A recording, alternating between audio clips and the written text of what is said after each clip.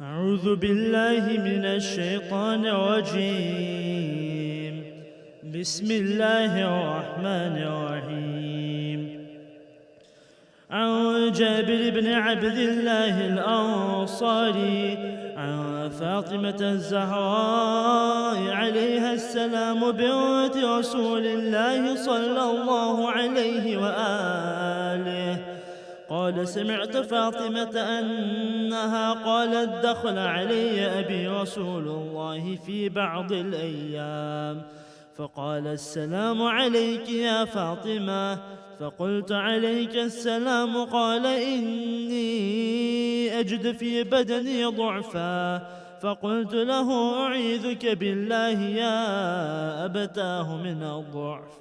فقال: يا فاطمة ائتيني بالكساء اليماني فغطيني به. فأتيته بالكساء اليماني فغطيته به وصرت أنظر إليه وإذا وجهه يتلألأ كأنه البدر في ليلة تمامه وكماله. فما كانت إلا ساعة وإذا بولدي الحسن قد أقبل وقال: السلام عليك يا أماه. فقلت: وعليك السلام يا قرة عيني وثمرة فؤادي. فقال: يا أماه إني أشم عندك رائحة طيبة كأنها رائحة جدي رسول الله. فقلت: نعم، إن جدك تحت الكساء. فأقبل الحسن نحو الكساء وقال: السلام عليك يا جداه يا رسول الله، أتأذن لي أن أدخل معك تحت الكساء؟ قال: وعليك السلام يا ولدي ويا صاحب حوضي، قد أذنت لك. فدخل معه تحت الكساء. فما كانت إلا ساعة وإذا بولدي الحسين قد أقبل وقال: السلام عليك يا أمّا. فقلت: وعليك السلام يا ولدي ويا قرة عيني وثمرة فؤادي. فقال لي: يا أمّا إني أشم عندك رائحة طيبة كأنها رائحة جد رسول الله. فقلت: نعم، إن جدك وأخاك تحت الكساء. فدنا الحسين نحو الكساء وقال: السلام عليك يا جداه والسلام عليك يا من اختاره الله، أتأذن لي أن أدخل معكما تحت الكساء؟ فقال: وعليك السلام يا ولدي ويا شافع أمتي، قد أذنت لك. فدخل معهما تحت الكساء. فأقبل عند ذلك أبو الحسن علي بن أبي طالب وقال: السلام عليك يا بنت رسول الله. فقلت: وعليك السلام يا أبا الحسن ويا أمير المؤمنين. فقال: يا فاطمة إني أشم عندك رائحة طيبة كأنها رائحة أخي وابن عمي رسول الله.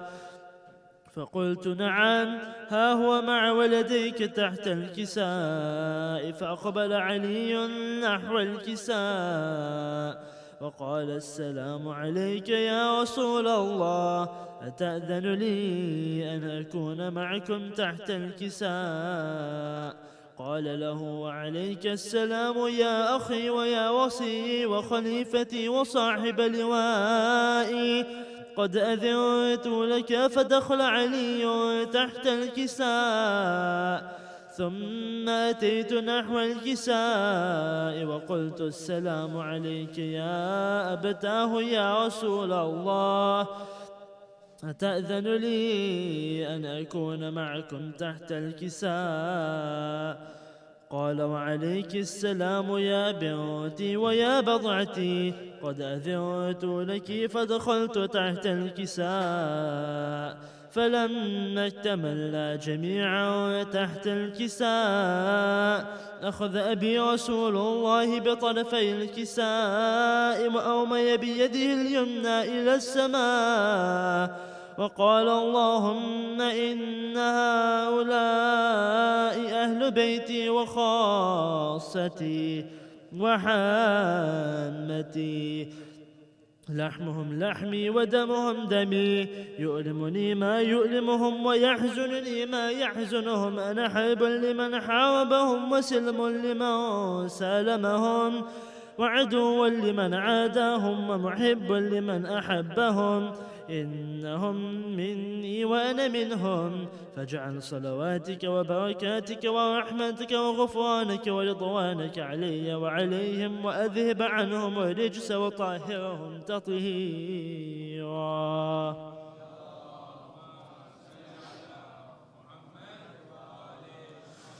فقال الله عز وجل يا ملائكتي ويا سكان سماواتي، إني ما خلقت سماء مبنية ولا أرضا مدحية ولا قمرا منيرا ولا شمسا مضيئة ولا فلكا يدور ولا بحر يجري ولا فلك يسري إلا في محبة هؤلاء الخمسة الذين هم تحت الكساء.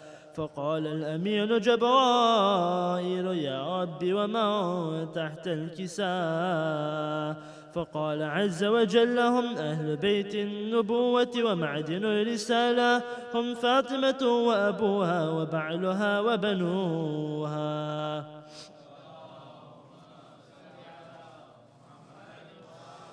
فقال جبرائيل يا رب أتأذن لي أن أهبط إلى الأرض لأكون معهم سادسا؟ فقال الله نعم قد أذنت لك. فهبط الأمين جبرائيل وقال السلام عليك يا رسول الله. العلي الأعلى يقرئك السلام ويخصك بالتحية والإكرام ويقول لك وعزتي وجلالي إني ما خلقت سماء مبنية ولا أرضا مدحية ولا قمرا منيرا ولا شمسا مضيئة ولا فلكا يدور ولا بحر يجري ولا فلك يسري إلا لأجلكم ومحبتكم، وقد أذن لي أن أدخل معكم، فهل تأذن لي يا رسول الله؟ فقال رسول الله وعليك السلام يا أمين وحي الله إنه نعم قد أذنت لك. فدخل جبرائيل معنا تحت الكساء فقال لأبي إن الله قد أوحى إليكم يقول إنما يريد الله ليذهب عنكم رجس أهل البيت ويطهركم تطهيرا.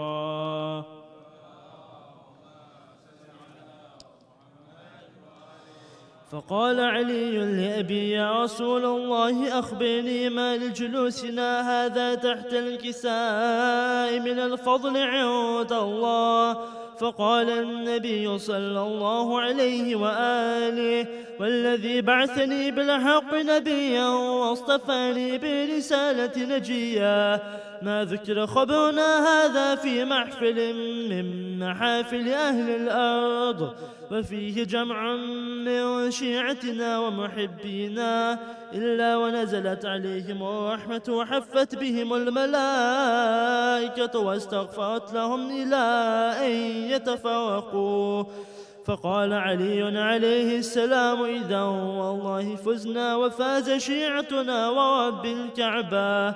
فقال أبي رسول الله صلى الله عليه وآله يا علي والذي بعثني بالحق نبيا واصطفاني برسالة نجيا، ما ذكر خبرنا هذا في محفل من محافل أهل الأرض، وفيه جمع من شيعتنا ومحبينا، وفيهم مهموم إلا وفرج الله همه، ولا مغموم إلا وكشف الله غمه، ولا طالب حاجة إلا وقضى الله حاجته. فقال علي عليه السلام إذا والله فزنا وسعدنا، وكذلك شيعتنا فازوا وسعدوا في الدنيا والآخرة ورب الكعبة.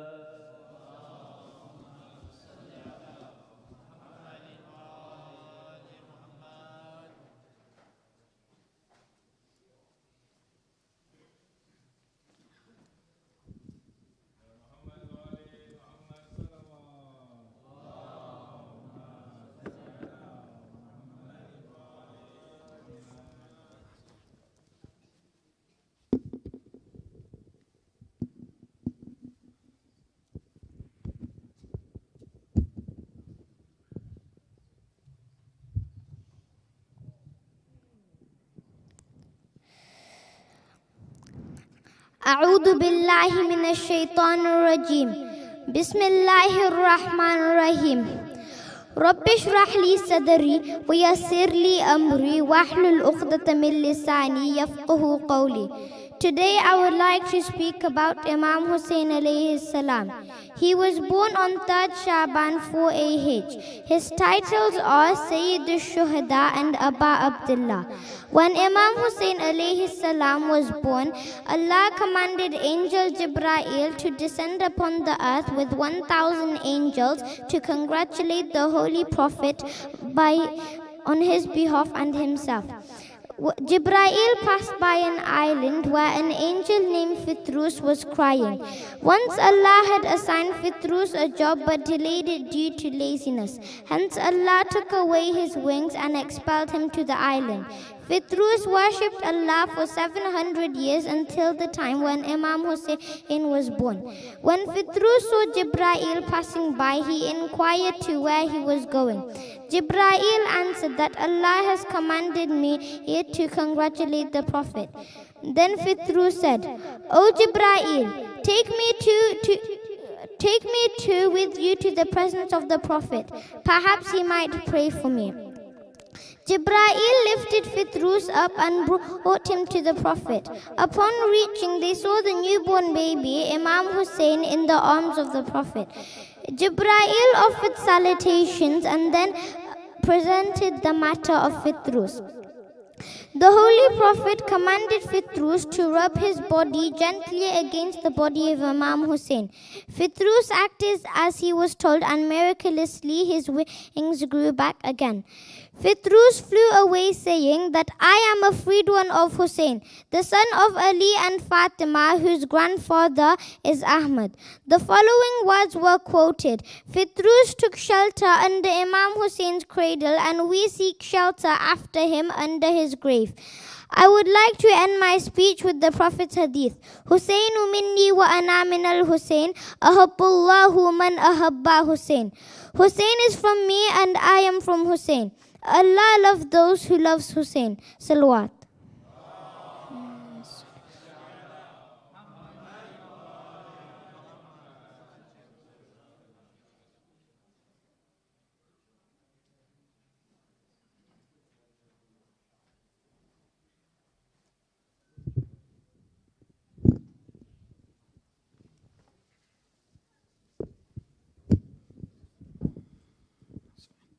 Salawat.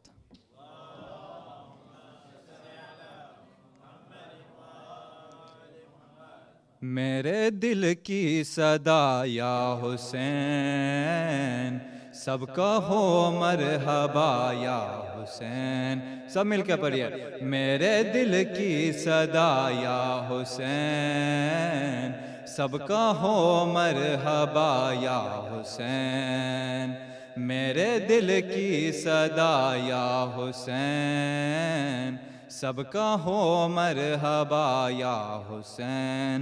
उसकी नस्ल में गैरत रहेगी जिसने कहा या हुसैन, मेरे दिल की सदा या हुसैन, सबका हो मरहबा या हुसैन, मेरे दिल की सदा या हुसैन, सबका हो मरहबा या हुसैन। किस नूर की आमद हुई सजदे में है फातिमा, हर दौर के यजीद का होने लगा खातिमा, करबो बला से आवाज आई लो आ गया या हुसैन, मेरे दिल की सदा या हुसैन, सबका हो मरहबा या हुसैन, मेरे दिल की सदा या हुसैन, सबका हो मरहबा या हुसैन।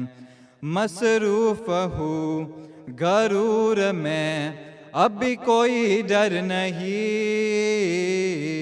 फितरुस का तू सरदार है उड़ने में हम सर नहीं, जिब्रील देखो मेरे परों पर अभी लिखा या हुसैन, मेरे दिल की मेरे दिल की सदा या हुसैन, सबका हो मरहबा या हुसैन, मेरे दिल की सदा या हुसैन, सबका हो मरहबा या हुसैन। तकदीर ने करवट है ली बस एक ही रात में, बीमार का सूरज तलू फिर हो गया रात में, खेमे के दर पर सर को झुका कर हुर ने कहा या हुसैन, मेरे दिल की सदा या हुसैन, सबका हो मरहबा या हुसैन, मेरे दिल की सदा या हुसैन, सबका हो मरहबा या हुसैन। वो हाथ तो जहान में फिर ना भिखारी हुआ, उस हाथ पे हलाल का अब रिस्क जारी हुआ, सीने के ऊपर जो हाथ सुन लो के लगा या हुसैन, मेरे दिल की सदा या हुसैन, सबका हो मरहबा या हुसैन, मेरे दिल की सदा या हुसैन, सबका हो मरहबा या हुसैन। सलवात।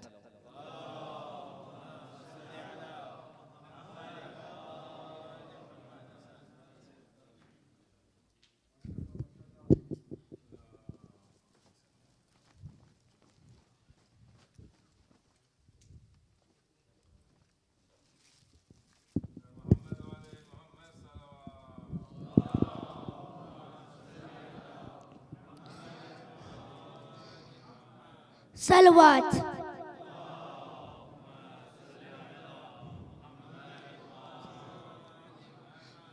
हुसैन बादशाह, हुसैन शहनशाह, हुसैन दीन है, हुसैन दी पना, हुसैन दी पना, हुसैन दी पना, जाने मांगू मैं दिल नहीं दूंगा, जाने मांगू मैं दिल नहीं दूंगा, दिल सिकाना मेरे हुसैन,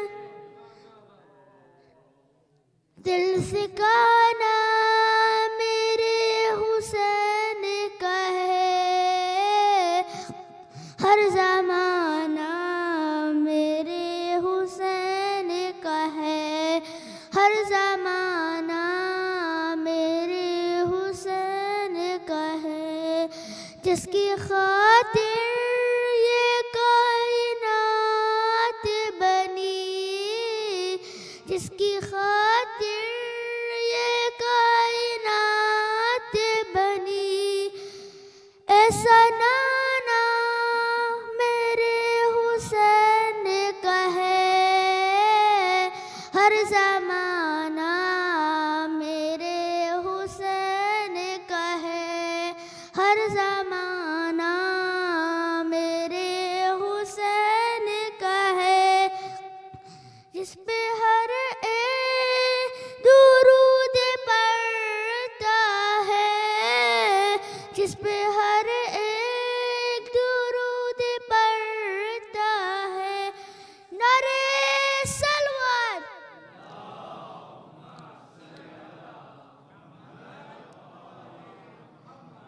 नारे हैदरी, हैदरी, हैदरी।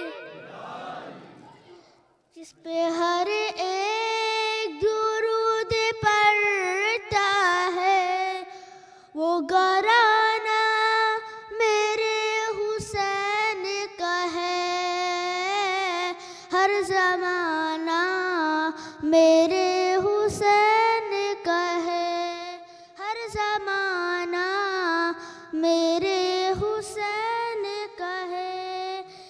ये जो काबा है तुम न समझोगे, ये जो काबा है तुम न समझोगे। घर पुराना मेरे हुसैन का है, हर ज़माना मेरे हुसैन का है, हर ज़माना मेरे हुसैन का है। रात से दिन जो ये निकलता है, रात से दिन जो ये निकलता है। मुस्कुराना मेरे हुसैन का है, हर ज़माना मेरे हुसैन का है, हर ज़माना मेरे हुसैन का है।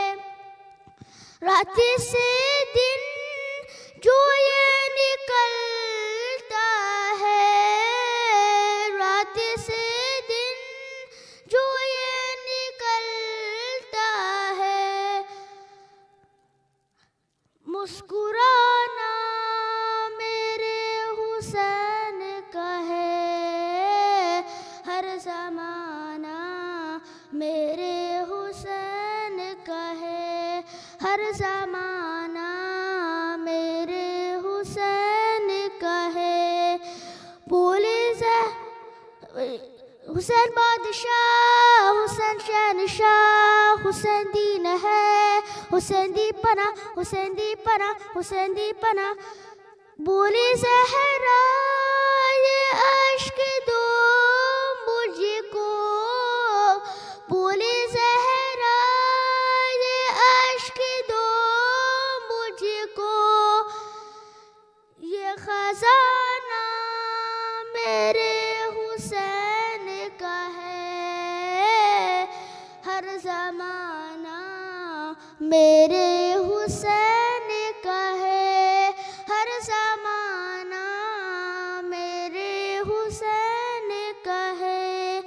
कोई पूछे ये दौर किसका है, कोई पूछे ये दौर किसका है, कोई पूछे ये दौर किसका है। तुम बताना मेरे हुसैन का है, हर ज़माना मेरे हुसैन का है, हर ज़माना मेरे हुसैन का है। हुसैन बादशाह, हुसैन शहनशाह, हुसैन दीन है, Hussain दीपना, Hussain दीपना, Hussain दीपना। सलवात।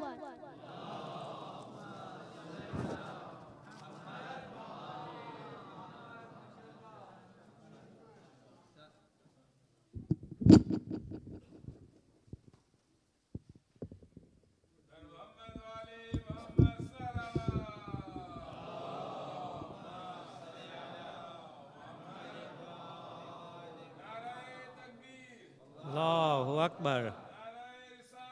Ya Rasulullah. Ya Ali.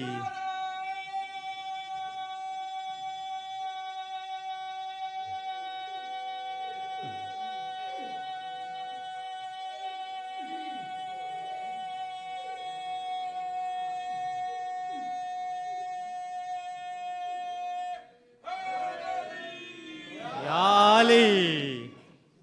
That was longer than my announcements. Okay. You might have to do it again later on.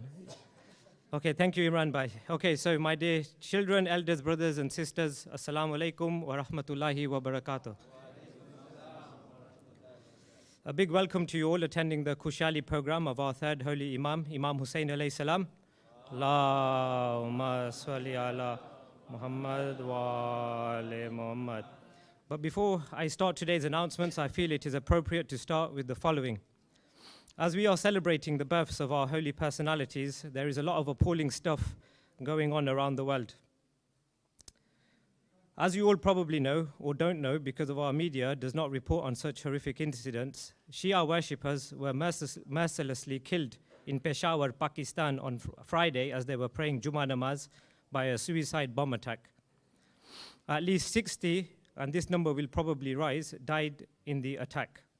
As a community, we are shocked and we are appalled by these attacks that are constantly happening by ISIS just because of the mere fact that the congregation was Shia. On this day of the King of Martyrs, Imam Husayn alayhi salam, let's all remember all the shaheed with the Surah Fatiha. Bismillahirrahmanirrahim.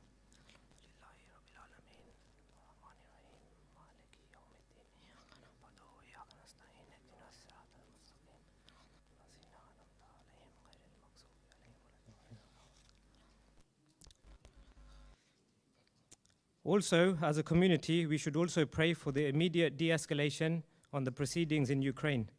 But more importantly, also pray for our brothers and sisters in Yemen and Palestine, which the media also choose to ignore.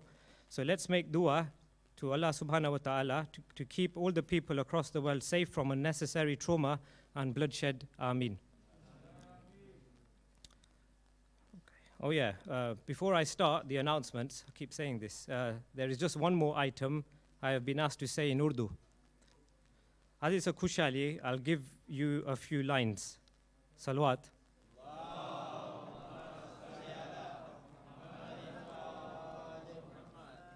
So Imran Bhai, if I do well, big Nare Haidari, yeah? Okay, you ready? Mit gaye khak mein irade Yazid ke. I'll say it in another way. Mit gaye khak mein irade Yazid ke. Lehra raha hai aaj bhi parcham Husayn ka. Lehra raha hai aaj bhi parcham Husayn ka.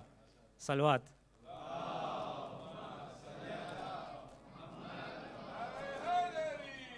Ya Ali.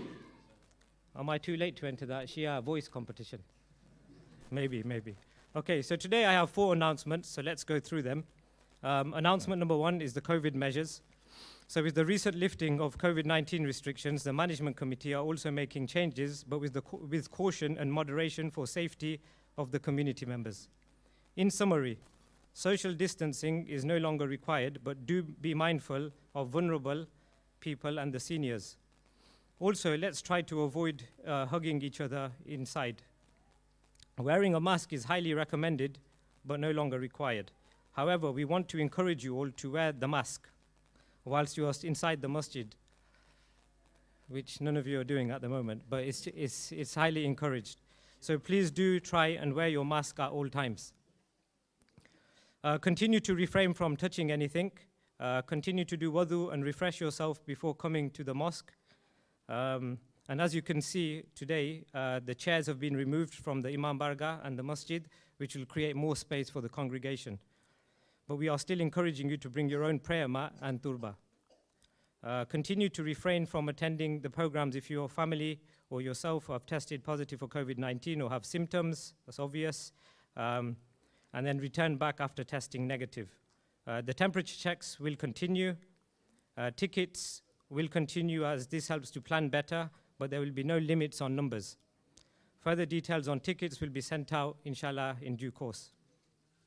Also, we've decided to keep the one-way system in the foyer area because we think the flow is a lot more easier. It stops people from congregating in the passage. And the windows and doors will no longer be kept open, so we can be warm inside now. The management committee will also continue and monitor, review, and update the community, inshallah, if COVID cases do start to rise again, or if there is an outbreak of a new variant, we will snap back to previous restrictions. I sound like the chief medical officer. Okay, so for any other queries on COVID-19, please reach out to Brother Arif Qasem, our COVID safety officer.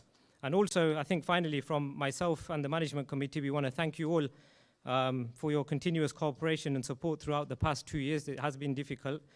But finally, we are seeing a glimmer of light at the end of the tunnel, but we're still not at the end of the tunnel. Okay, so announcement number 2 is the Brothers in Faith go-karting event, which has been rescheduled. So due to the 1st of Shaban starting a day later than anticipated, we've had to rearrange our booking to next Tuesday, the 15th of March at 6 p.m. So we have confirmed the time slot with the venue and are hoping that everyone that did reserve will still be able to participate. If you have further questions, please do let me know. We also have additional places available if you would still like to register, so please do so with myself. Announcement number 3 is the LBS and the membership subscriptions. For those members that have not paid their LBS subscriptions and memberships, please visit the Treasury desk today or this week so that all accounts are up to date. Also, whilst you are doing that, please also contribute generously towards the Niyaz programs too. Just a reminder, there will be a Niyaz program tomorrow for Hazrat Abbasis Kushali and also on Tuesday night as well. So we have got a lot of Niyazis coming up. And then finally, announcement number 4 is the Abul Fazl Gym extension launch and extension launch tomorrow. So inshallah, we are officially launching the project tomorrow. We've got a little promo video I think we've prepared. So Zain, if you don't mind, if you can just put it on the projector, please.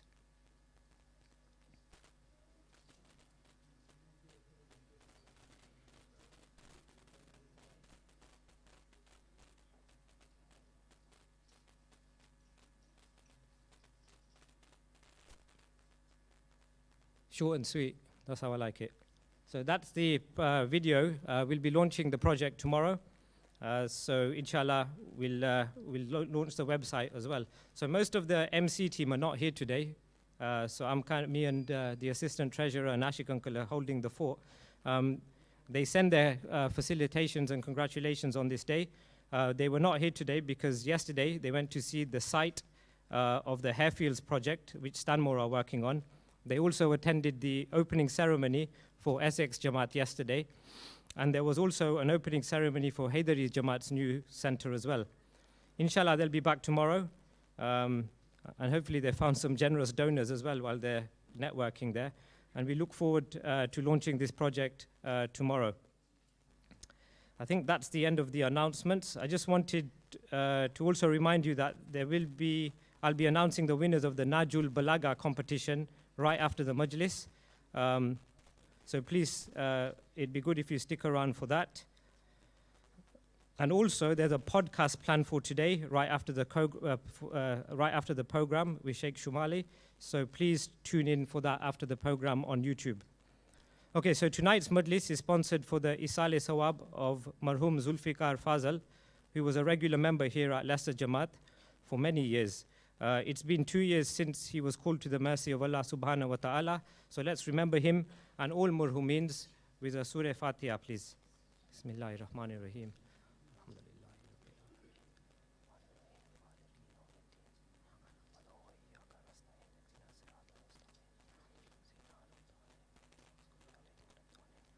And apologies, I forgot to mention the other marhumeens there that the program has been sponsored by. Okay, so it's now time for tonight's majalis. So let's welcome our esteemed guest speaker, Sheikh Jawad Shomali, to the mimbar with a loud salawat, please.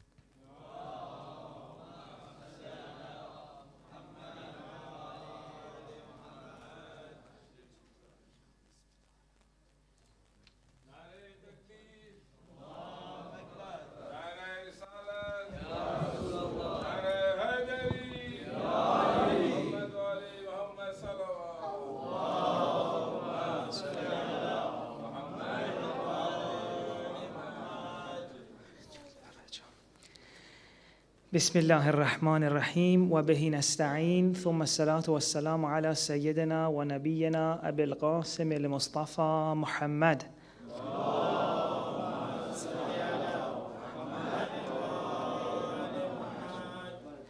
وعلى آله الطيبين الطاهرين.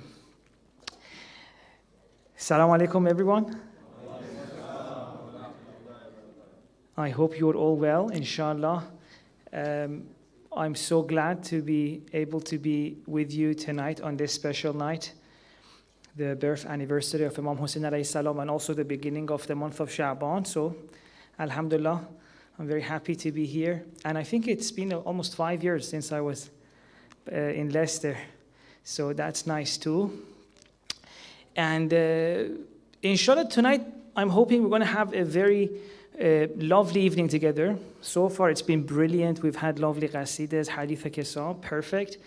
And I'm hoping, inshallah, we can also have a meaningful and spiritual discussion together.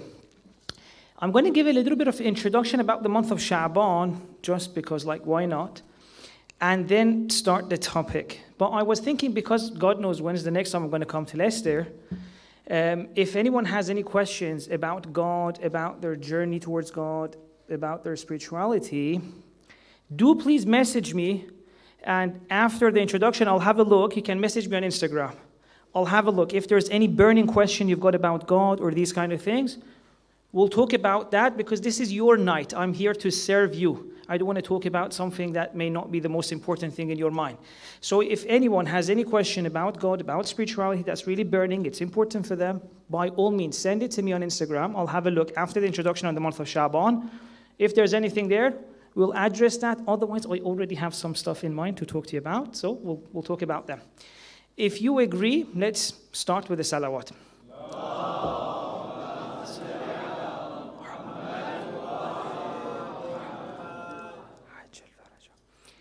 Salawat itself is actually one of the recommended acts for the month of Sha'ban.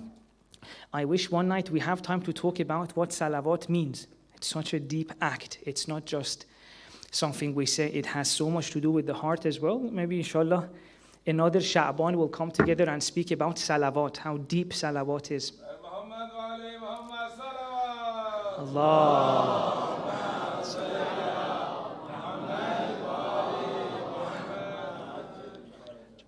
But perhaps we should speak a little bit, at least, about it, that one of the important things I think in Islam, tonight maybe we'll talk about this a little bit, is that the most important thing happens inside us, right?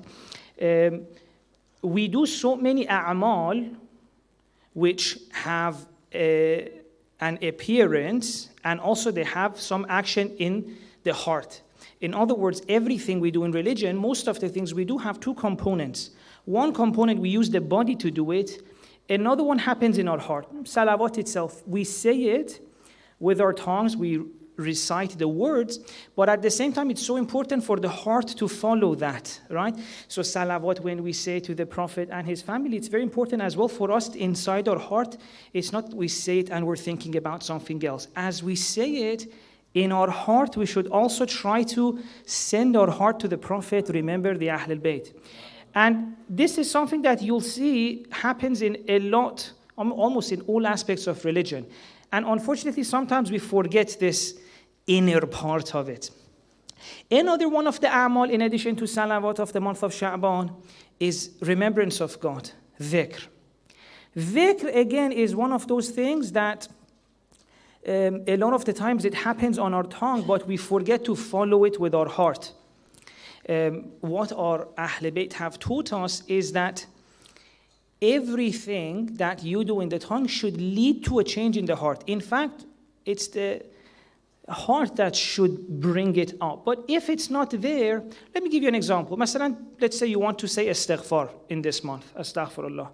Well, it's one thing to say astaghfirullah, astaghfirullah, astaghfirullah, astaghfirullah, and you're thinking Man United versus Manchester City, what's happening? Or another thing is, in your heart, think about when I'm saying astaghfirullah, what am I doing? As you're saying, allow your heart to also sit with the meaning of astaghfirullah, right? And it's such a beautiful thing. The more you allow your heart to be in the presence of these beautiful concepts, the more impact it will have. And as I said, istighfar is one of the things which is so important in this month. And it's also super important not to just say it, to feel it. Asan, if you feel like, okay, Sheikh, I don't know, what does it mean to feel istighfar? Well, then think about that. That's a beautiful thing to think about. Why is it that it's so much recommended in this month to keep doing istighfar, even if you feel like you haven't committed a sin? Why? Why have they told us to do that? Why should I keep saying this? Astaghfirullah, astaghfirullah, Rabbi wa atubu ilayh. Why should I do that? It's very nice. The more you think about it, the more your heart will enjoy it, the more impact it will have on us. So these are the two things that I wanted to mention. Salawat is very much recommended. Istighfar, a return to God. Inshallah, istighfar, I will open it up a little bit in the month of Ramadan. So if you're interested, join us. Oh, istighfar is so deep. It's a beautiful concept that can change a person's life if we actually think about it. Not that we do, but if we do, it's going to be amazing. What else do I want to say about the month of Sha'ban? Imam Baqir alayhi salam mentions from Imam Sajjad alayhi salam. If you want to recite salawat.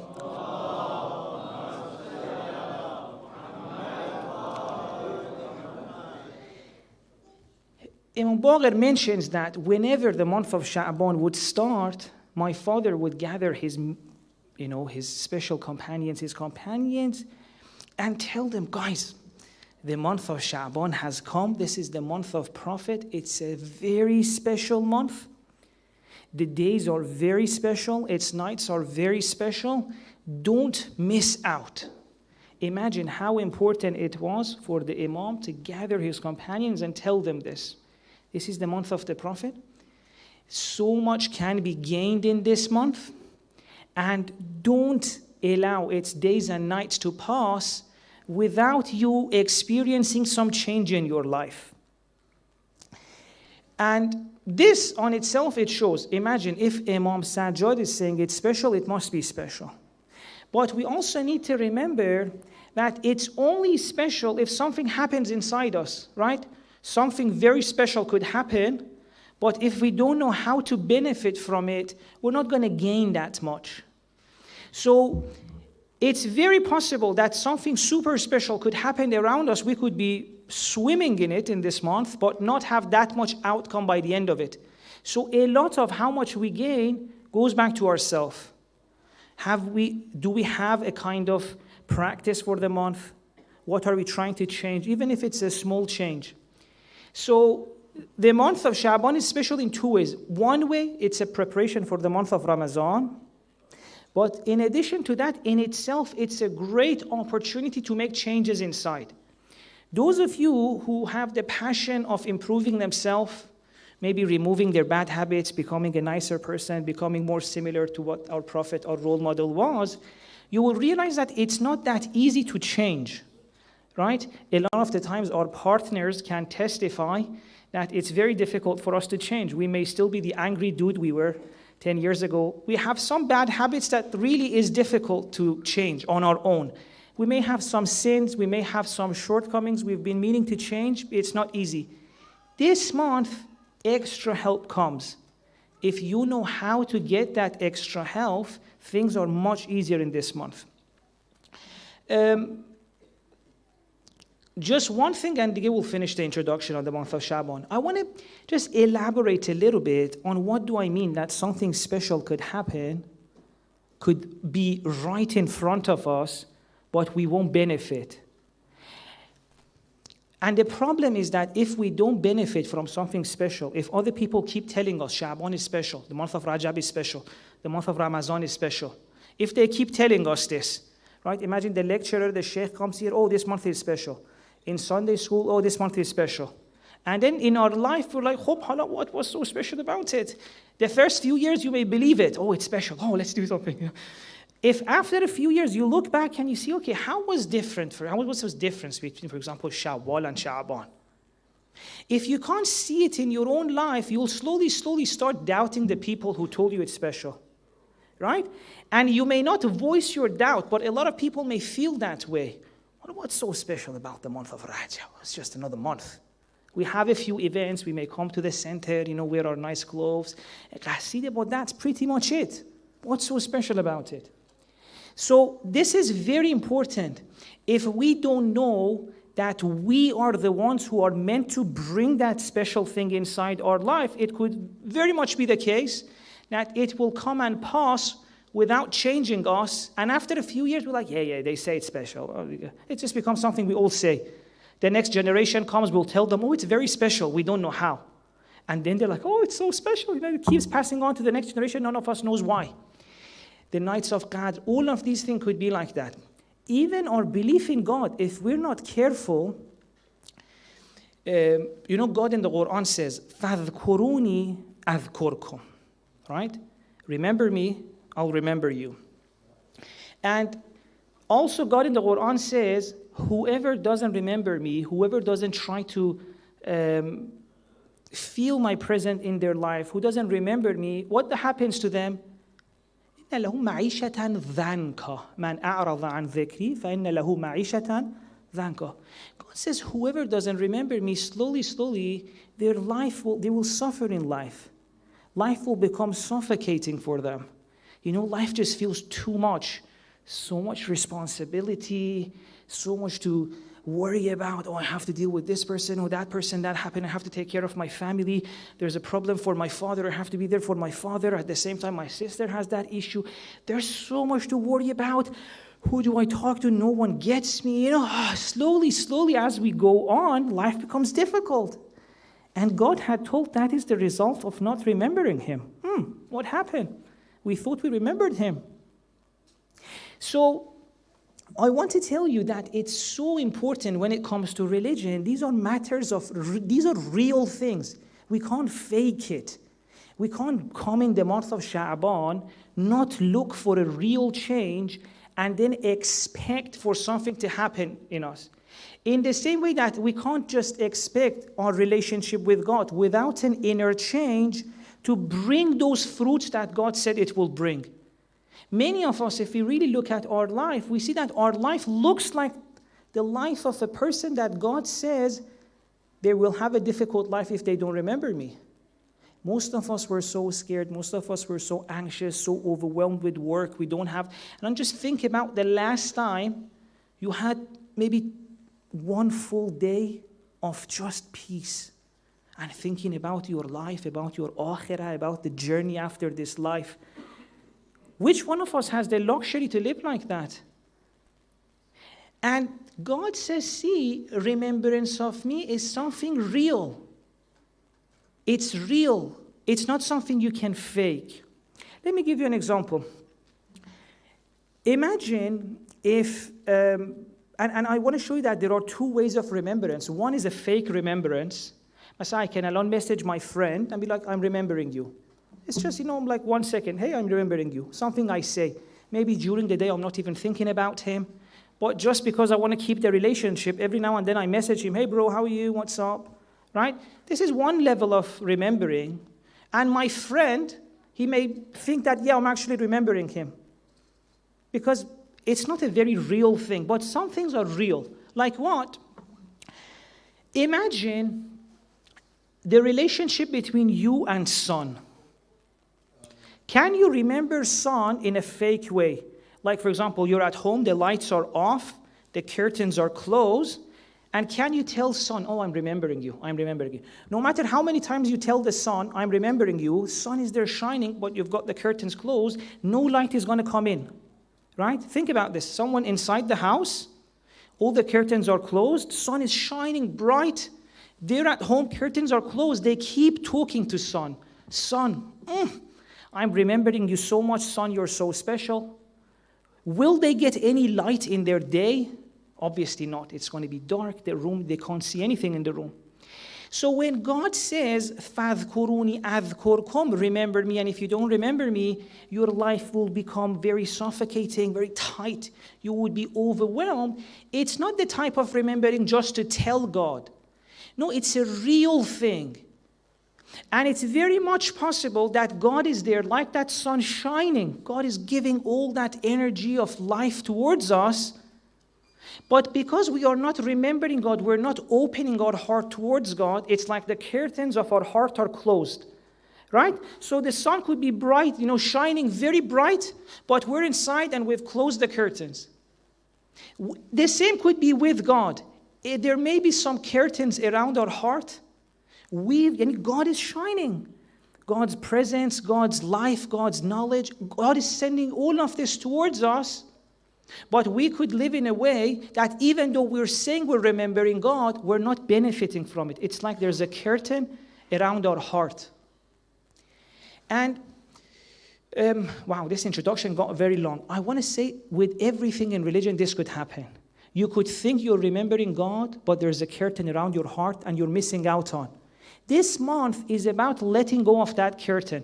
It's not about just saying, it's about pointing your heart towards God.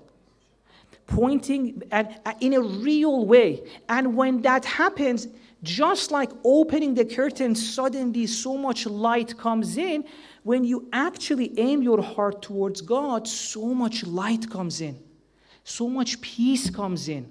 These are real things we can have. The same is with Sha'ban. To benefit from the month of Sha'ban, it requires a real change inside. Okay, I don't want to continue on this introduction more. Let's recite the salawat.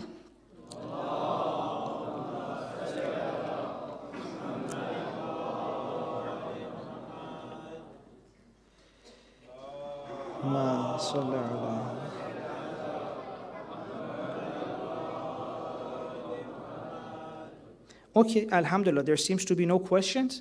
So anyone, if they want to still ask any question, don't worry. You can still send it to me, but I'll continue with my own discussion. If your question came through, we'll address that. Or if anyone here wants to ask any question, please feel free to do so.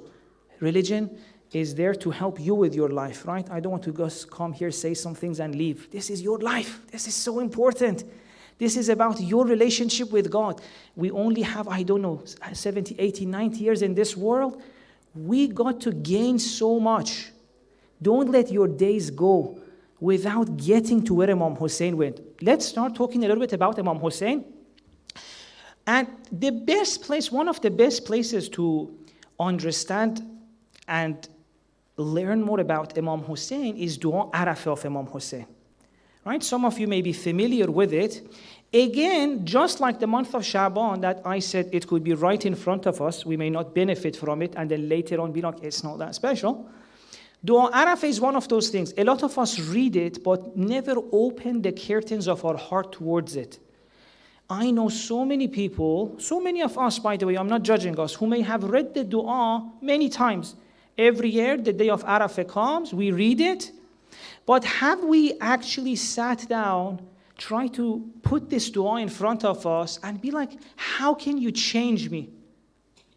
I'm ready for you to impact me. What do you have for my life in addition to the sawab and reward which we all want? Let me tell you, very few people have done that. Very few people have allowed Dua Arafah of Imam Husayn to impact their life. How do I know that? Well, it's not difficult to prove. There are so many lines in the dua that I'm sure most of us, we're not living like that. The understanding of God that Imam Husayn alayhi salam shares in Dua Arafah is very different to the understanding of God many of us have. Let's go through the dua tonight as much as we have time. And it's the wiladat of Imam Husayn alayhi salam, right? So we might as well today, instead of listening to me, let's listen to the words of Imam Husayn for once. And we're not reading it for thawab. Inshallah, God is so kareem. One of the imams said, when you go to a generous person, you don't keep asking for gifts. A generous person will give the gift themselves, right? So if we want thawab, God will take care of that. Tonight, let's focus on learning. Imagine Imam Husayn. How special is Imam Husayn? Just this beautiful gentleman today, young child, told us what? The Prophet said, Ana min Husayn wa Husaynu minni. That is Imam Husayn, such a high status. Don't we want to listen to him? Don't we want to learn from him? Don't we want to see what is he saying in Dua Arafah? Don't we want to use it as a mirror to look at our own life, looking at the mirror of Dua Arafah of Imam Husayn and see if we're living like that or not? Because I'm telling you all, it's going to be very dangerous, by the way. If you've got heart issues or something, leave. Why is it dangerous? Because you're going to see what kind of life is available to us, and we're not living like that. Ooh! The kind of life Imam Husayn explains in Dua Arafah is so different to the life we're living, most of us. How many of you wake up in the morning feeling so much presence of God in your life and the light of God and the connection to God and peace just coming at you, that you're like, God, I just can't deal with this. This is so overwhelming. This is so beautiful. You're everywhere. I'm sure not many of us. Words of Dua Arafah, Imam Husayn alayhi salam. عَمِيَتْ عَيْنٌ لَا تَرَاكِ. The eye that doesn't see you is blind. عَمِيَتْ عَيْنٌ لَا تَرَاكِ. The eye that doesn't see you is blind. You can't just read this and get the thawab. You got to ask yourself, what about my eyes? Am I blind? And of course, we're talking about the eyes of the heart, right? As Imam Ali alayhi salam said, how can I worship a God I haven't seen? Didn't Imam Ali alayhi salam say that? And of course, he explains this seeing is with the eyes of the heart and with the light of faith. But shouldn't we ask ourselves, if Imam Ali alayhi salam is saying, that's my God, I'm not going to worship a God I haven't encountered, shouldn't we try to learn from him? Shouldn't we become like that? When Imam Husayn alayhi salam says, عَمِيَتْ عَيْنٌ لَا تَرَاكِ, the eyes that cannot see you is blind, shouldn't we try to say, oh, maybe I want to live like that too? Could it be that I can benefit much more from the Ahlul Bayt than I am benefiting from them right now? Alhamdulillah, it's very great that we have the love of Ahlul Bayt in our heart. But imagine if this love can also change our life so much more, can make our relationships beautiful, can, decrease the number of divorces among us, the fights among us. And it can.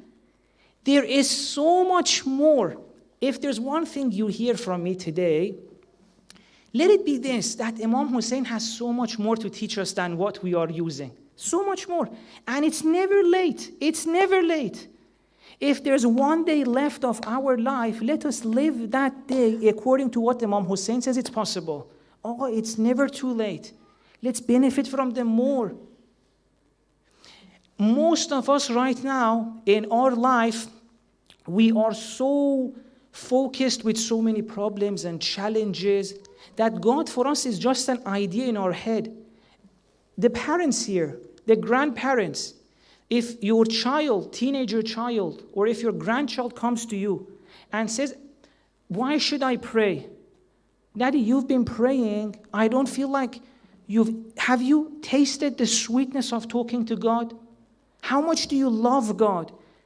How much does God help you in your difficulties? Can we really tell them that, yes, I have experienced the sweetness of talking to God. When I pray, it's as if for a few minutes I'm separated from this world. I feel like I'm somewhere else. I'm talking to my Creator. I feel so much energy. How many of us can tell these to our children? I'm not sure it's many of us, but again, it's not late. For the sake of our children, let's live like Imam Husayn. Let's live like Imam Sajjad. Imam Sajjad in Munajat 15, what does he say? Ilahi man dha alladhi dhaqa halawata mahabbatika farama minka badala. God, who is the one who has tasted the sweetness of your mahabba and then wanted to talk to anyone else? How many of us we can say that we felt that sweetness of being in the company of God? Or Imam Husayn alayhi salam in Dua Arafah, he says, God, you become in their life, you fill their hearts, the people who live this way, so much, you fill their hearts so much that they are overwhelmed with loving you. It's incredible. It can change your life. It can help you in your sufferings. It can help you in your difficulties. It can help you in your loneliness. Imagine if, God forbid, you've lost someone in your life, right? One of the things that can really help us go through when a loved one passes away is what? When another person that we love is by our side. Let's say our father passed away, but our brother was there. our mother was there, or our wife was there, our husband was there. Usually, when someone we love is there with us, they support us, it's so much easier to go through difficulties, right? At least we have someone else to talk to. Now imagine Imam Husayn is saying God can become so much a part of your life in a real way that no matter what happens, you always feel like you have that support. You always feel like there's someone to rely on. There's someone to get support and energy from.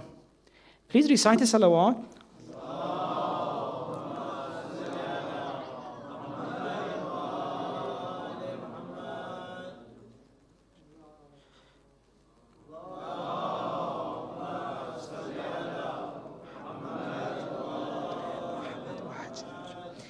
We just mentioned the name of our beautiful Prophet. Let me take it there.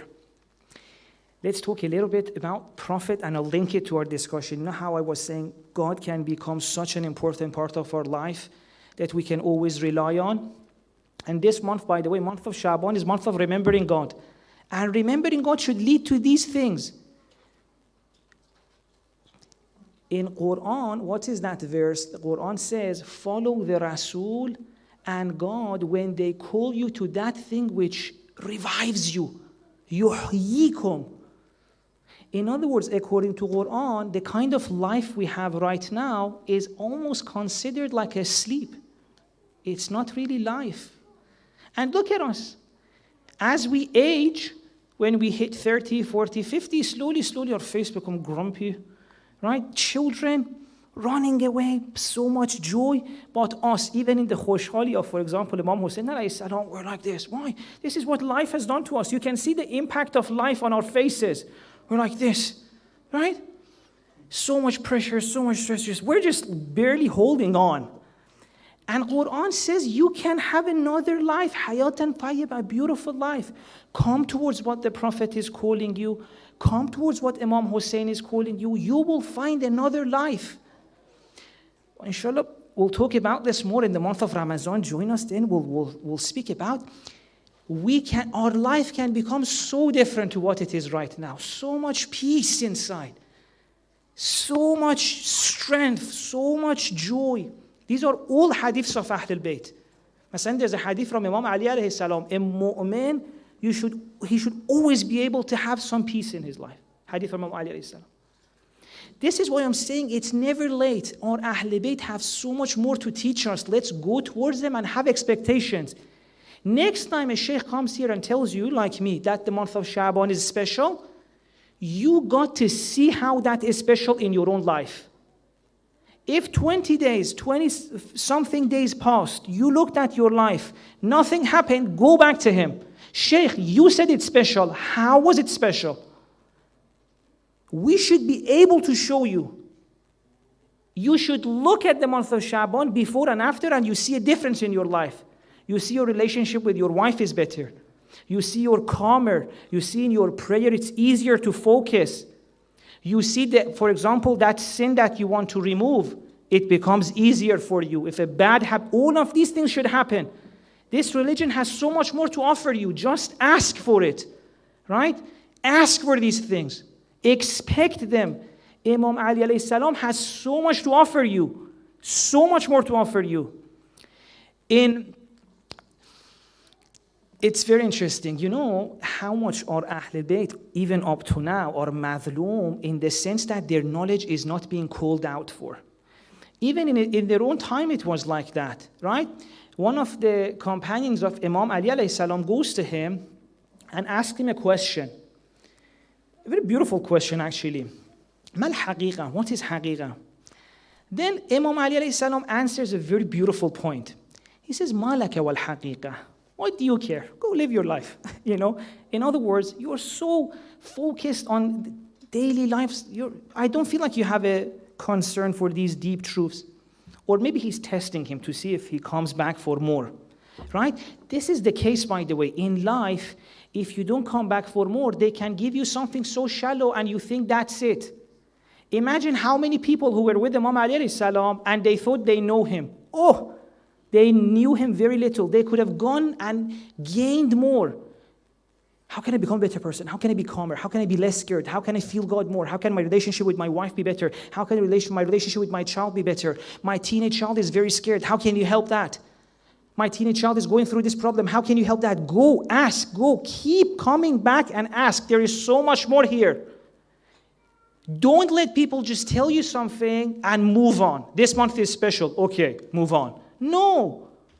This person was like that. He went back to Imam. Imam told him, Malaka wal haqiqa. Why do you care? Go live your life. He said, no, I want to know. And then he says something to Imam which is so interesting to Imam alayhi salam. He says, aren't I sahibu sirrik? Am I not the companion of your sir? Like you tell me these deeper truths, these secrets that you don't share with others. Because with others, you know what happened. Imam alayhi salam told them, ask me whatever you want. They're like, how many hair do I have? Right? You can see the level there. And I'm not judging, by the way, God knows what was happening there. But I'm saying the public, Imam Ali is telling them, I have stuff to change your life, to bring you to life. I know the ways of heaven more than the ways of earth. People are like, oh, how many hair do you have? And by the way, we really can't judge them all because don't think we're much better. And most of us, imagine if you asked Imam Ali a question, what would we ask? Many people ask, hope, the Jannah that Adam was it in this world? Was it in another world? How is that different to how many hair do I have? It's a little bit higher, but still, how can that help you with your life? Allah, you want to go back, you want to pray. I want to pray. Can I get my mind to focus on God for 2 minutes? If not, then ask that from Imam first before you go and ask him, masalan, Shaitan, how many years did he worship? Those are good too. But I'm saying, don't think we're that much deeper than the person who asked Imam about the hair. We're almost there, a little bit higher. After 14 centuries, we've gone from hair to which Jannah was Adam in. Those are, in Islam, they say every type of knowledge, it's good. It's not like if you know that it's bad. No, it's good. But they say have priorities. Have priorities. قربونت برم, which means may I die for you. That's how much I love you. Every single one of you. In a few years or maybe in few days, every single one of us, we're going to leave here. This dunya, as beautiful as God has created it, we're going to leave it. And when we go there, we need to take things with us which prepare us. Imagine if in this world, not even once we have felt presence of God. Agha John, after we die, it's going to be between us and God. Do you want to go and be with someone that you know, or do you want to go and start everything from scratch? If I tell, masalan, astaghfirullah a million times, astaghfirullah, astaghfirullah, astaghfirullah, astaghfirullah, but in my heart it doesn't do anything, when I die, that word is not going to help me that much. Oh, God is so kind, kid, the word will help me too. But when you say the word, it needs to change something in your heart. So, we're going so many places. Let's come back. Imam Ali alayhi salam and that companion. The companion comes and says, am I not sahibu sirrik? Was I not the companion of your deeper truths? And then Imam Ali alayhi salam tells him something which I hope every one of us remember. Imam Ali tells him, the part which I have shared with you, which I agree is more than what I've shared with others. Yeah? The part that I have shared with you, then Imam uses a word which, if I remember correctly, it's something like this. Imagine there's a pot you make food in, and some drops of either the food or water comes out of the pot. You know, masalan, maybe it evaporates, comes in the core. Imam says, the part which I shared with you is that drop coming out of the pot. You think you're sahib sirri? That's the much you have. And I'm not telling you, by the way, wallah, I'm not telling you this to say, oh, Imam Ali is special, see how much knowledge you've had. If Imam Ali has all of that knowledge, but we don't ask him for it, it's not going to help us much. Right? That person was very smart. At that point, he didn't say, oh my God, you're so special, hope goodbye. Let me go tell others, Imam Ali is so special. He was like, no, hope, I want that. I want the food. If what you have shared with me is one drop coming out, I want the food. Because it's that food. I want the rest of your knowledge as much as I can, because that's the one that can help me. That's the one that can change me. In other words, look in your life how much Imam Ali salam has helped you. Times that by 1,000, 10,000. It can help you more. But only if you come for it. If you ask for it. Right? And, okay, so We spoke about Imam Husayn, we spoke about Imam Ali. Where should we go? I think let's end with the Prophet. Yeah? We'll say a little bit about the Prophet and we'll end it, inshallah. If it's okay, let's recite another salawat and send our hearts to the Prophet.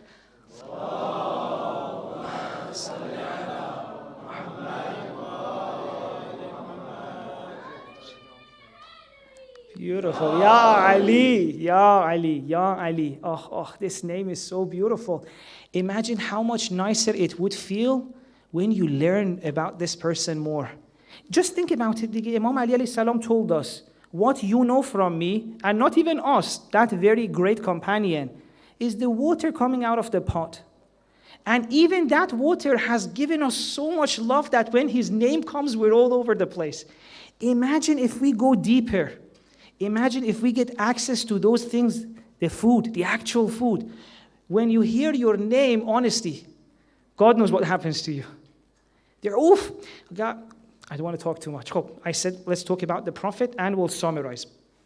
Just what have I been saying? My main point today, which I've tried to mention it about the month of Sha'ban, about remembrance of God, about benefiting from Imam Husayn, Imam Ali, all aspects of religion, whether the holy months we have, Rajab, Sha'ban, Ramadan, whether the beautiful personalities we have, the Prophet and his beloved Ahlul Bayt, whether it's about the Quran, every aspect of religion that you can think about, the holy months, the holy personalities, the holy book, the actions, salawat, istighfar, all of these, right? The holy months, holy personalities, holy book, and the holy actions, salat, fasting, istighfar, all of that. There are two levels of benefiting from it. Either you benefit from it very shallow level, which still is much better than not benefiting. Let me make that very clear. Even the shallow is better than nothing. But there is so much more in every single one of these. Wallah, challenge me. Istighfar, let's talk about it. Salawat, let's talk about it. Imam Ali, I will come here one day for every single one of these. Let's talk as long as you need. And I will show you how every single one of this can change our life if we go towards its depth. Challenge accepted, okay? So, this is my main point. Let's go towards the Prophet and then we'll end tonight's session. The Prophet in Hadith Mi'raj, which is a very important hadith, right? Hadith Mi'raj is about, you all know Mi'raj better than me, right? Mi'raj is the ascension of the Holy Prophet. When he went so high, the Quran says, فَكَانَ قَوْبَ قَوْسَيْنِ أَوْ أَدْنَى. The distance between God, or metaphorically speaking, between God and the Prophet was very little. And the closest a human being can go towards God. Imagine such an important event. It's the most important event in the history of the world. Jibreel says, I couldn't go to that level. If I had gone a little bit higher, I would have burned. And the place the Prophet went, how close he got to God, it was so special that even Jibreel couldn't go. It's the most important event. Even about that, inshallah, one day we'll talk about to see it's really special. In that event, certain things took place, certain discussions. What is the reality of it? Inshallah, one day we'll know. But we have the text, the Hadith Mi'raj, very important hadith. Prophet asks God, what is afdalul a'mal? Imagine, humanity has sent its representative, one person out of all of us managed to go that high, direct communication with God, and says, Creator of the universe, what can we do? What is the best thing we can do? What is the best thing that you tell us we should do? And what does God reply to Prophet? At-tawakkul wa-rida. Tawakkul and rida. Look, the two things that God shows are things that happen inside. You can't fake tawakkul. You can't fake rida. What is tawakkul? Tawakkul is to choose God, to let God take care of you. You know how all of us were really desperately trying to take care of ourselves, our family, we get stressed. Tawakkul is to let God take care of you. Let God manage your affairs. And it's something in your heart. Many of us, we don't trust God that way.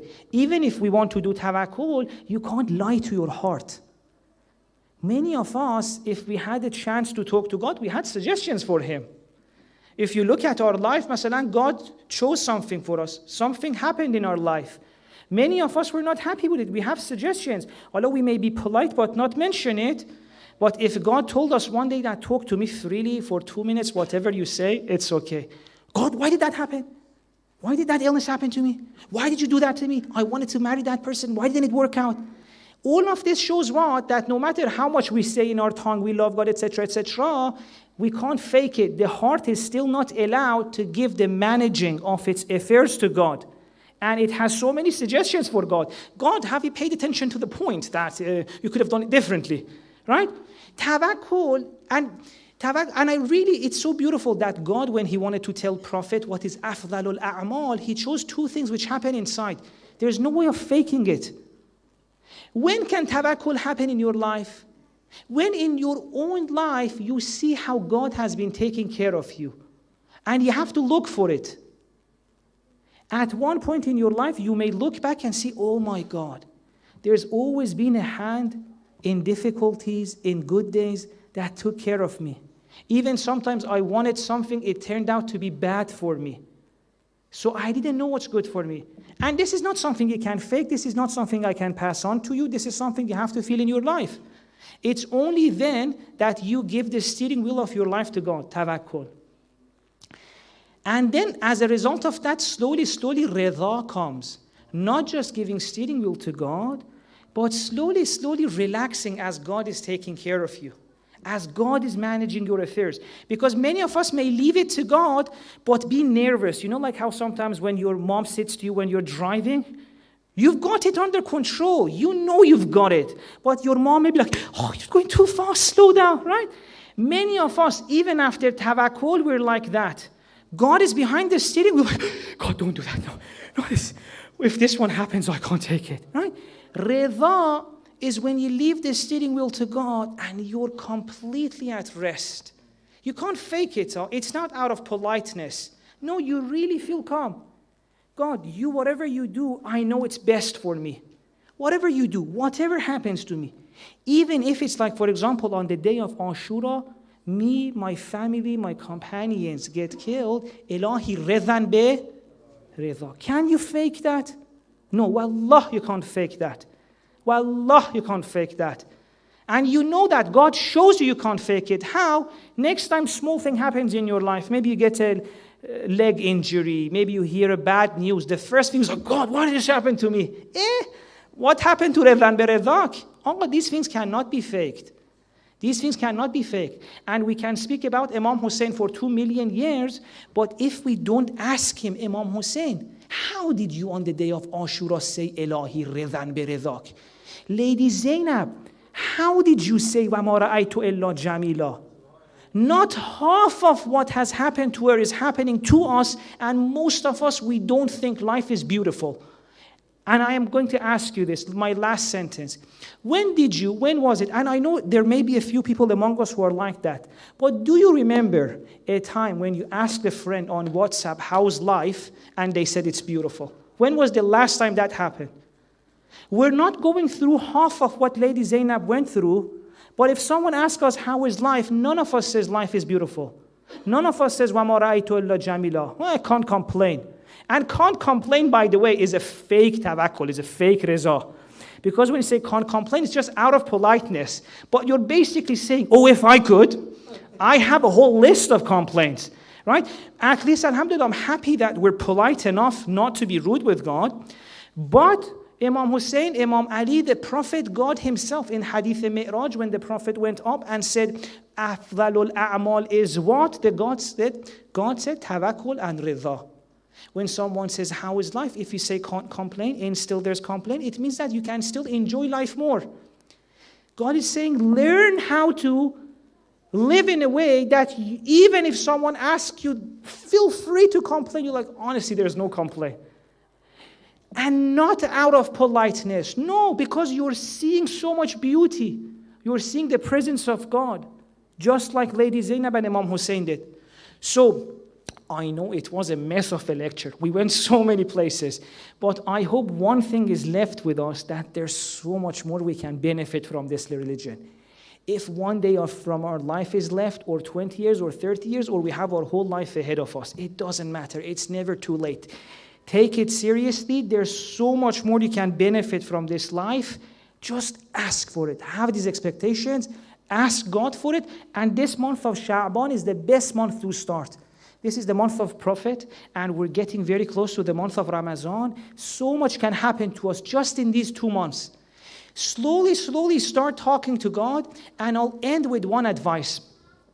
However you're feeling from tonight, if you feel like it, if you feel you're ready, I don't want to force you. But if you're ready, start talking to God. And even if you don't feel like talking to God, just tell God one sentence. God, I was told that talking to you leads to good life, a better life, more spirituality, calmer, less sins.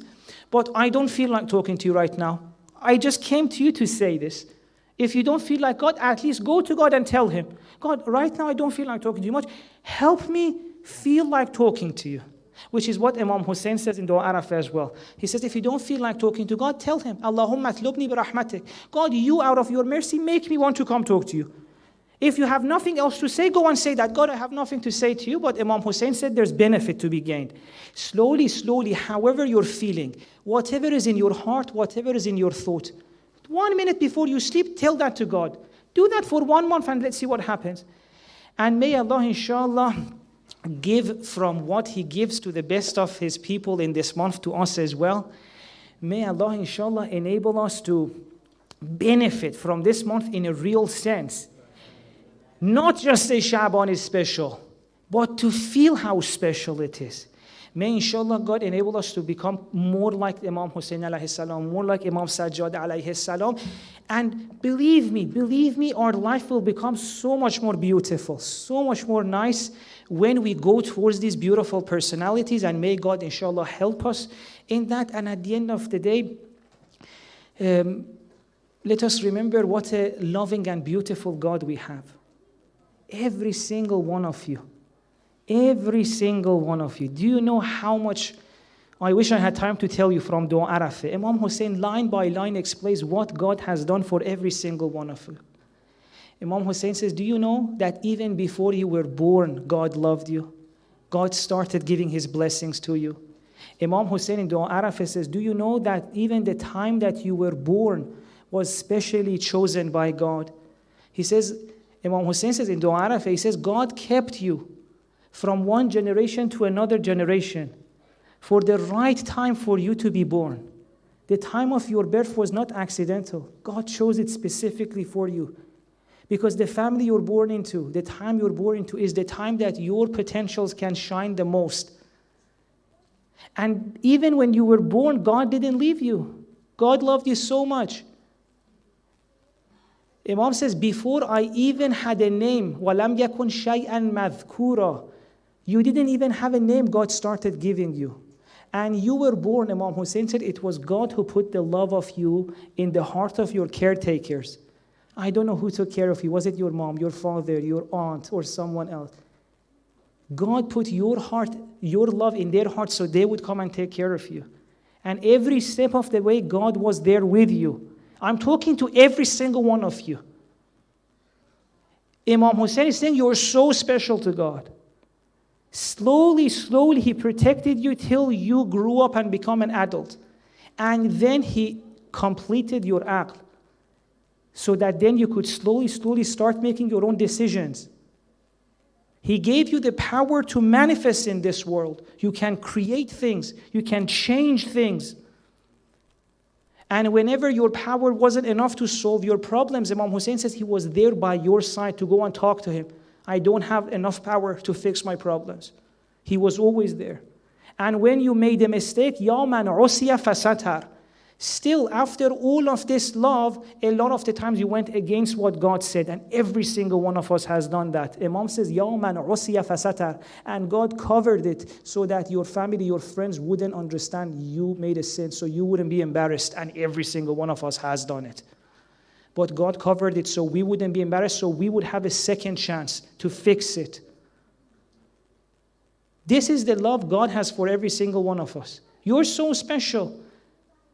And your life can be so beautiful once you realize how much you mean to God, how much there is to gain for you when you go towards God. Just imagine, you're so special that God, the creator of universe, put so much effort, thousands of years before you were even born, for you to come. What are you going to do? Are you going to suffer through the rest of life, or do you want to enjoy? Do you want to see what's going to be the project that God has for you?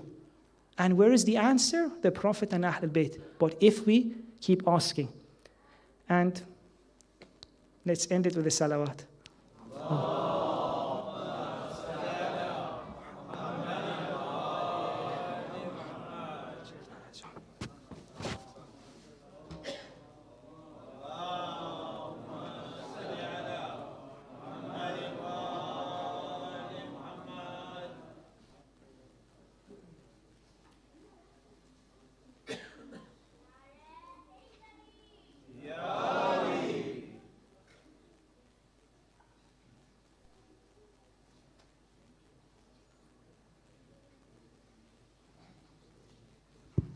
Bar Muhammadin wa ali Muhammad salawat.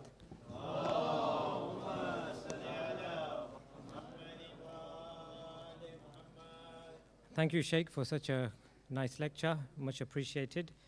So just before we start the Qasida program, we've just got a quick ceremony for the Najul Balagha research quiz that was conducted last month. So alhamdulillah, today I can announce the winners of the Najul Balagha quiz. There were two categories. The first category was the family take-home quiz, which was about Imam Ali's alayhi salam's epic letter to Malik al-Ashtar. And the second quiz was the children's quiz, which was questions for the first 50 short sayings of Imam Ali alayhi salam. So let's start with the children's quiz. They were marked out of 75, and here are the three prize winners. Third place is Minal Abbas Husayn Ali with 74.5 marks. Allahumma salli ala Muhammadin wa. So is Minal here? Minal hai idhar? Urdu bolta ho thoda. No? Okay. So that's Minal's there. I'll keep that one. In second place, I've given this card to the ladies. It's Sayyida Zainab Abbas with 74.75 marks. Allahumma salli ala Muhammadin wa ali Muhammad. And in first place, you ready for this? It's a tie between Shane Abbas Damji and Ali Rada Dirani, who both scored a full 75 marks each. Salwat.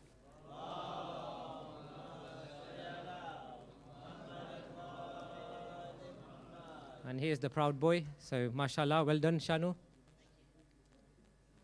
And I think Ali Rada is not here today, so I'll keep his card here.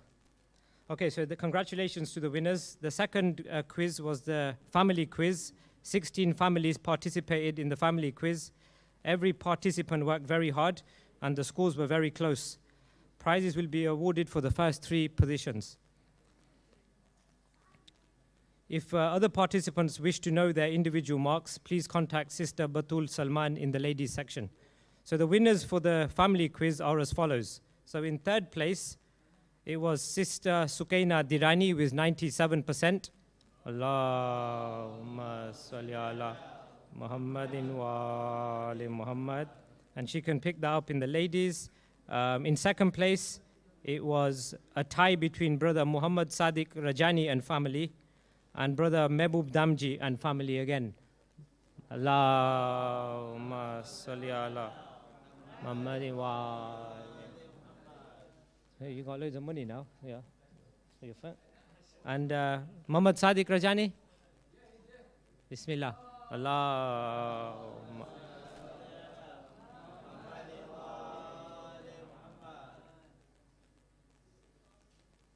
Congratulations. And the first prize was brother Ali Abbas Rajani and family with an incredible 99.75%. MashaAllah. Allahumma salli ala Muhammadin wa ali Muhammad. I know. It's not me. It's It's amazing what Google does nowadays. Okay. So now there is one raffle prize, and then we'll start the qasidas to be won. So we had one raffle prize, and can I please ask Sheikh Shomali to come and pick the raffle, please?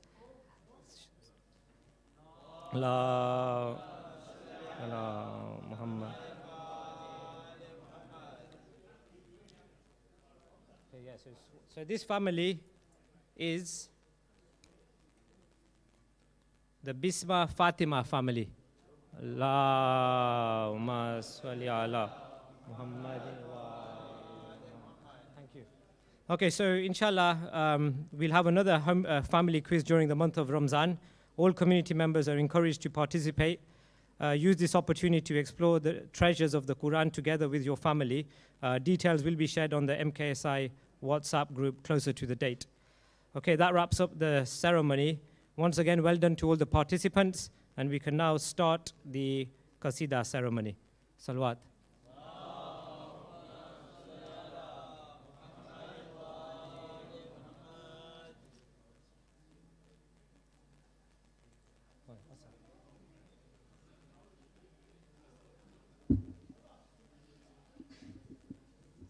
Muhammad wa ali Muhammad, salawat.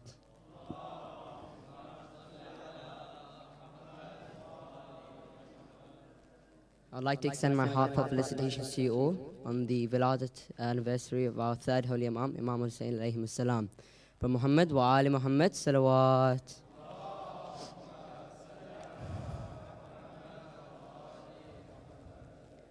के बन गया दीन की बका दामन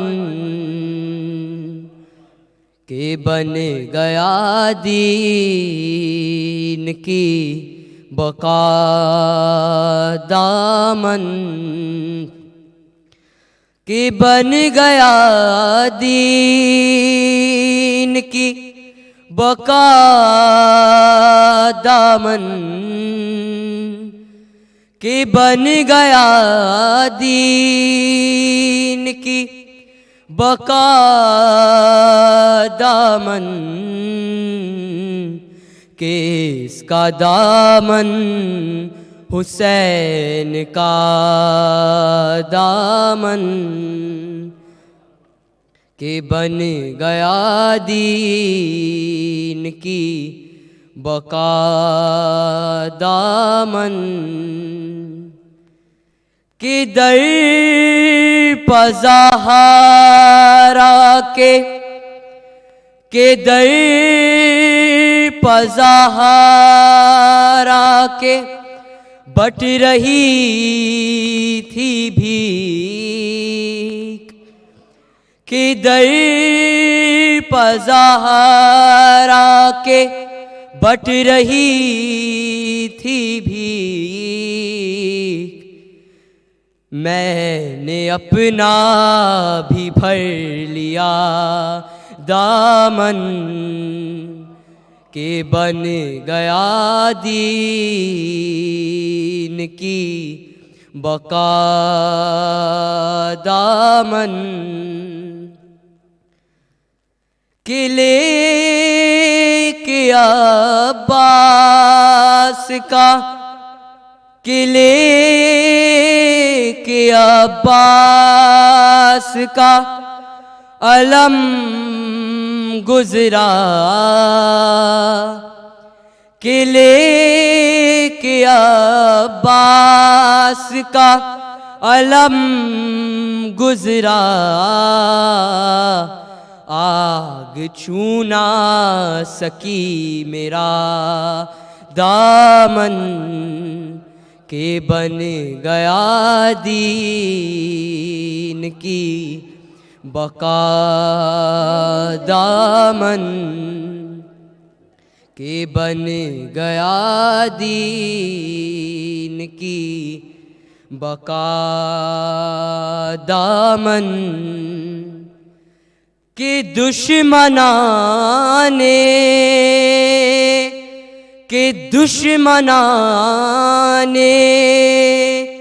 अली से मिल कर भी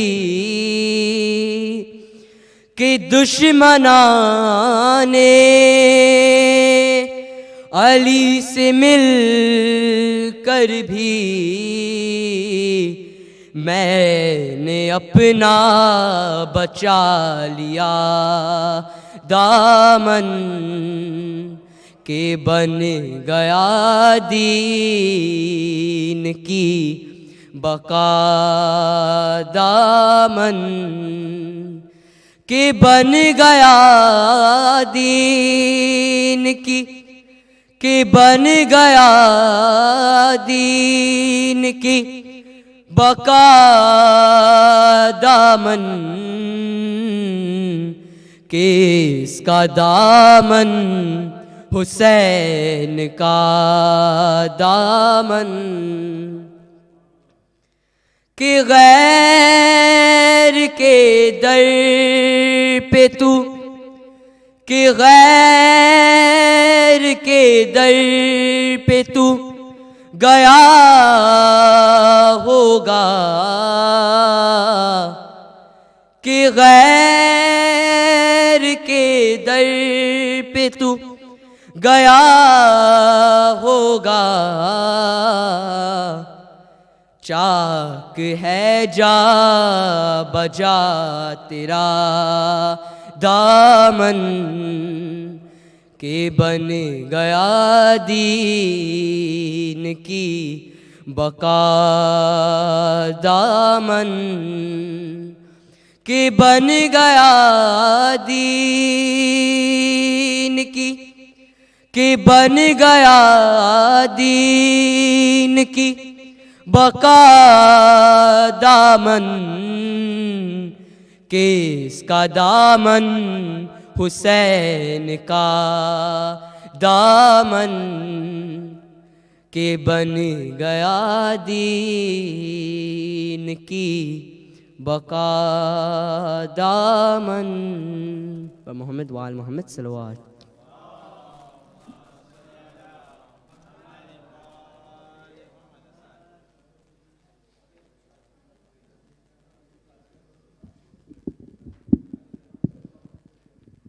बर मोहम्मद वाले मोहम्मद सल्लल्लाहु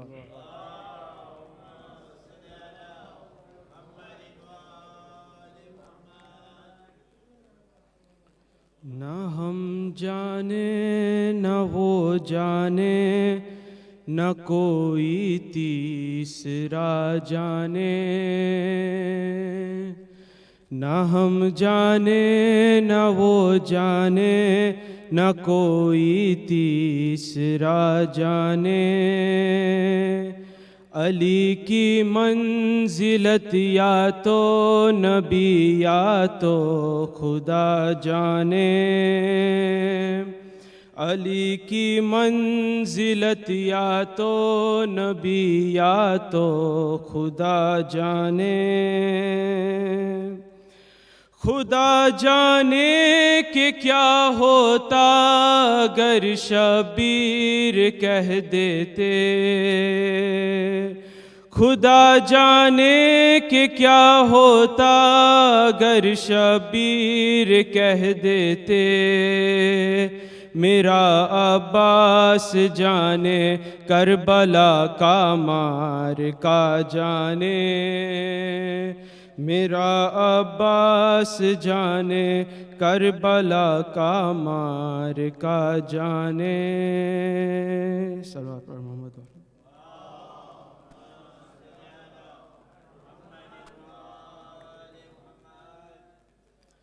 जहाँ हुसैन का सजदा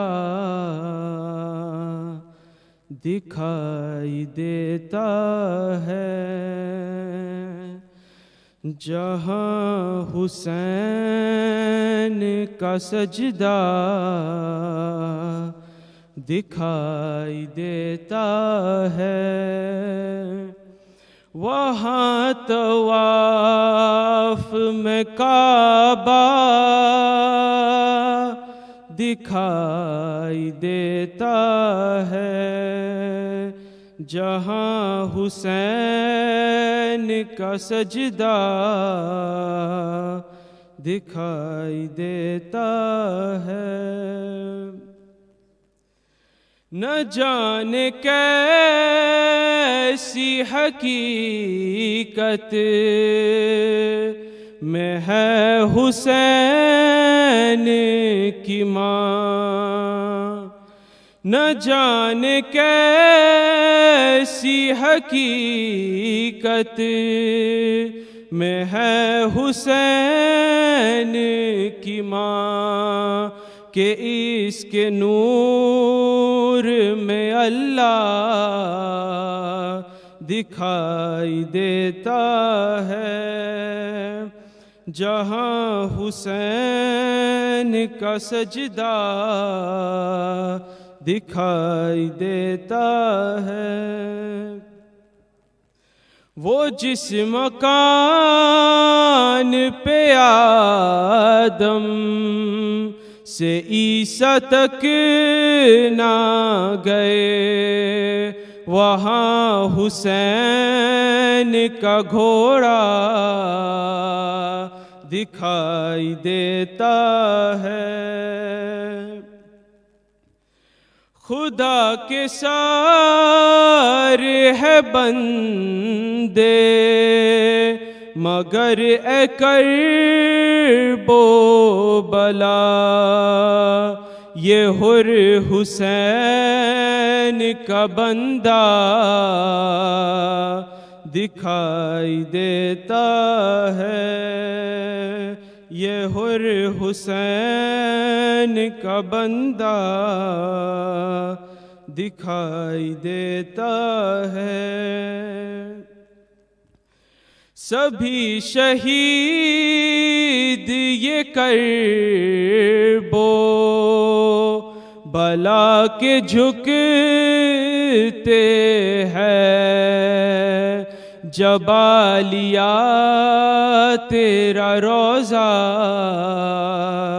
दिखाई देता है। जबालिया तेरा रोज़ा दिखाई देता है। जहाँ हुसैन का सजदा दिखाई देता है। सलात पढ़ Mohammad.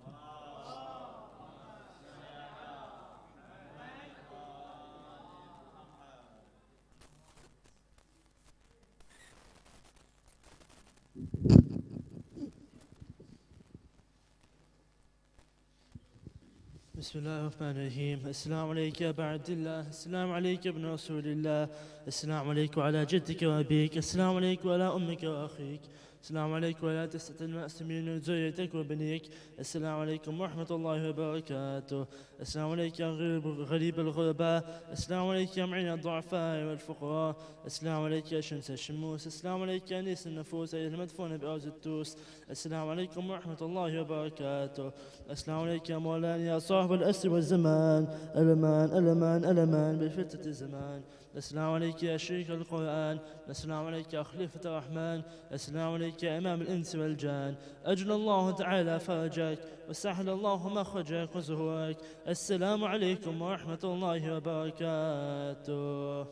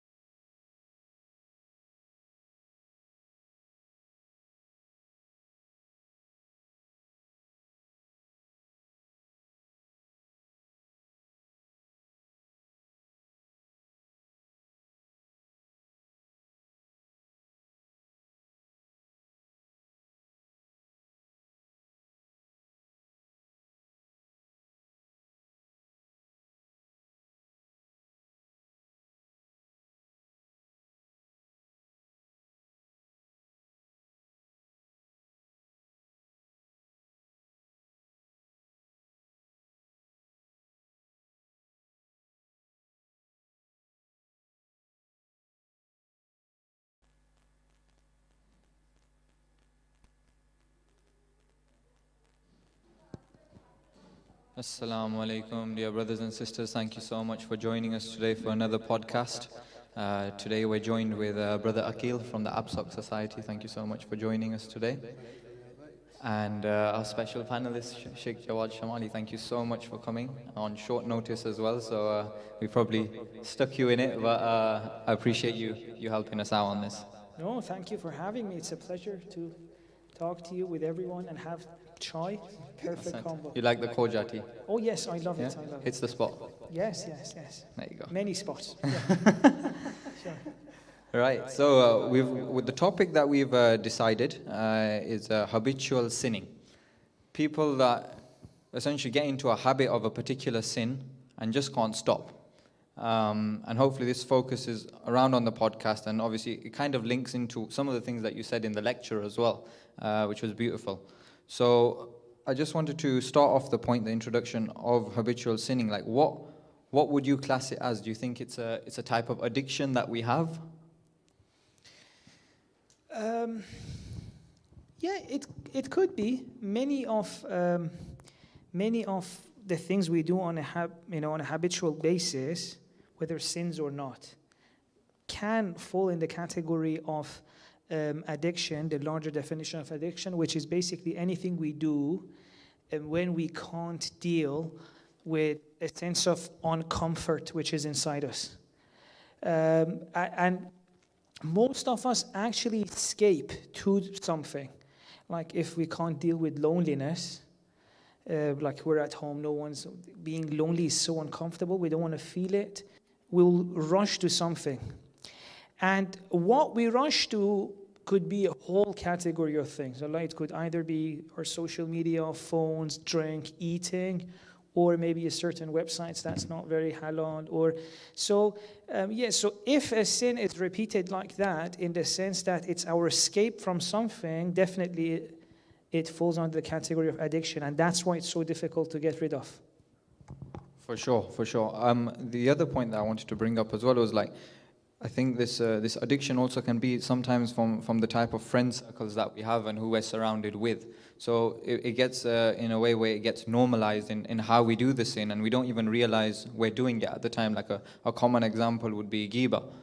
Essentially a lot of people sit in a beautiful majlis of yours, will be sitting there taking all the points, giving their subhanallahs, their nare hedris and everything, and they'll be outside the majlis probably doing ghiba about somebody else there. Or did you see that person in the majlis? Did you see what he was wearing? The Sheikh was. Terrible suit. What was that Sheikh thinking? Yeah, I get you. So it definitely has a lot to do with the kind of people we are with as well. Because most of us, before we get to a level of spiritual stability, we are very, very influenced by who we are around. Very much.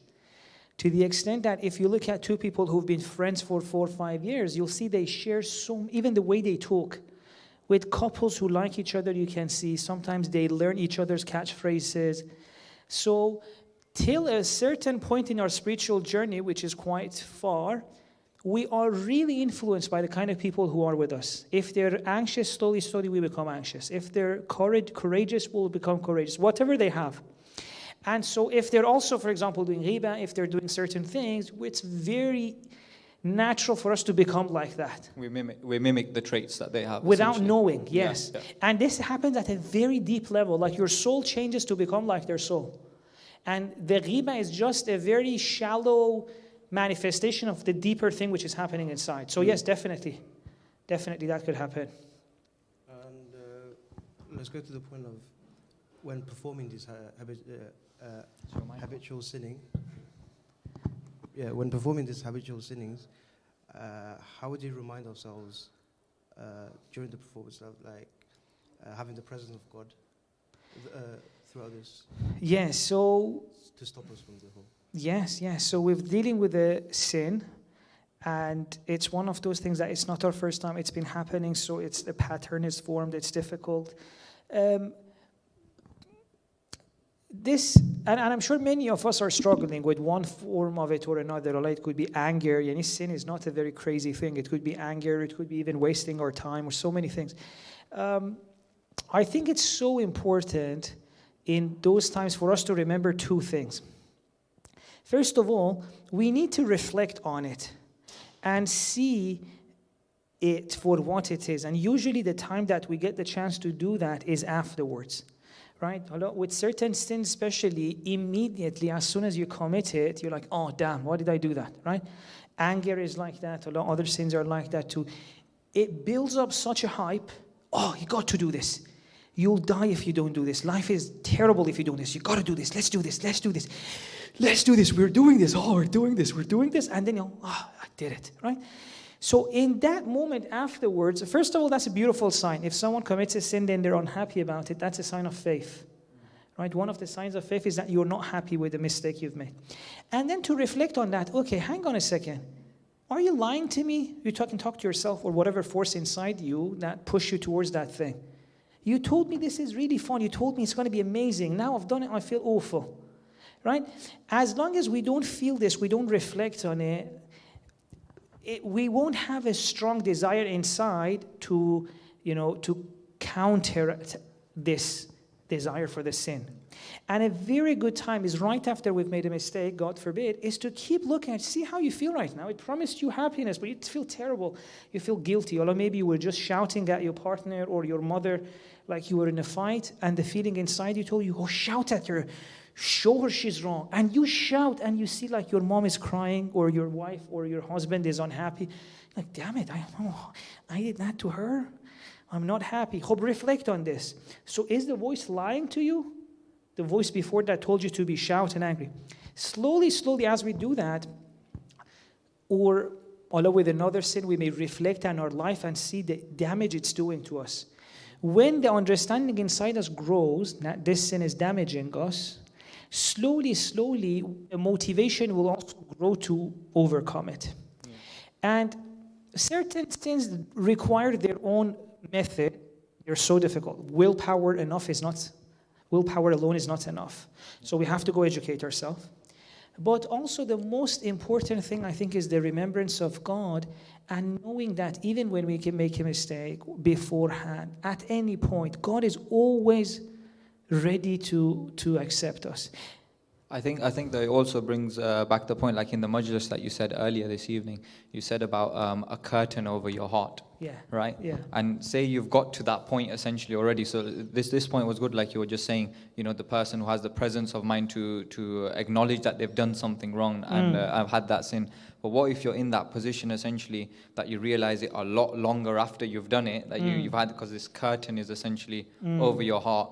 How would you describe a way to essentially this curtain or this hardening of the heart that we have to essentially soften it or remove this curtain altogether to have that communication with God that you could have? Yeah. Well, yes, so that's a very good question. So you're saying, what about someone who's doing it and they're not realizing it? Yeah. They don't feel like anything bad has happened. Until essentially it's too late, maybe 2 days later, 3 days later, after they've contemplated on it and realized, oh, sugar, I shouldn't have said that. Yeah. Well, still that's good, bless. Even after 2 years, whatever. They have to know they're already just feeling regret, that's awesome. That's perfect, right? Not attacking yourself, but just knowing, oh, that happened, I'm not happy about it. That's great, that's so precious. This person, again, I'm saying, if it leads to a desire to change, they've already taken the most important step, right? If it led to the desire to want to stop it, then they can either look for the methods, for every sin is different, for every bad habit is different. And also they can start talking to God. That's so important. We'll get to why this is so deep. Yeah. You cannot stop an addiction without bringing God in. Even non-Muslims are now doing that. For example, the 12 steps for Alcoholics Anonymous. Yeah.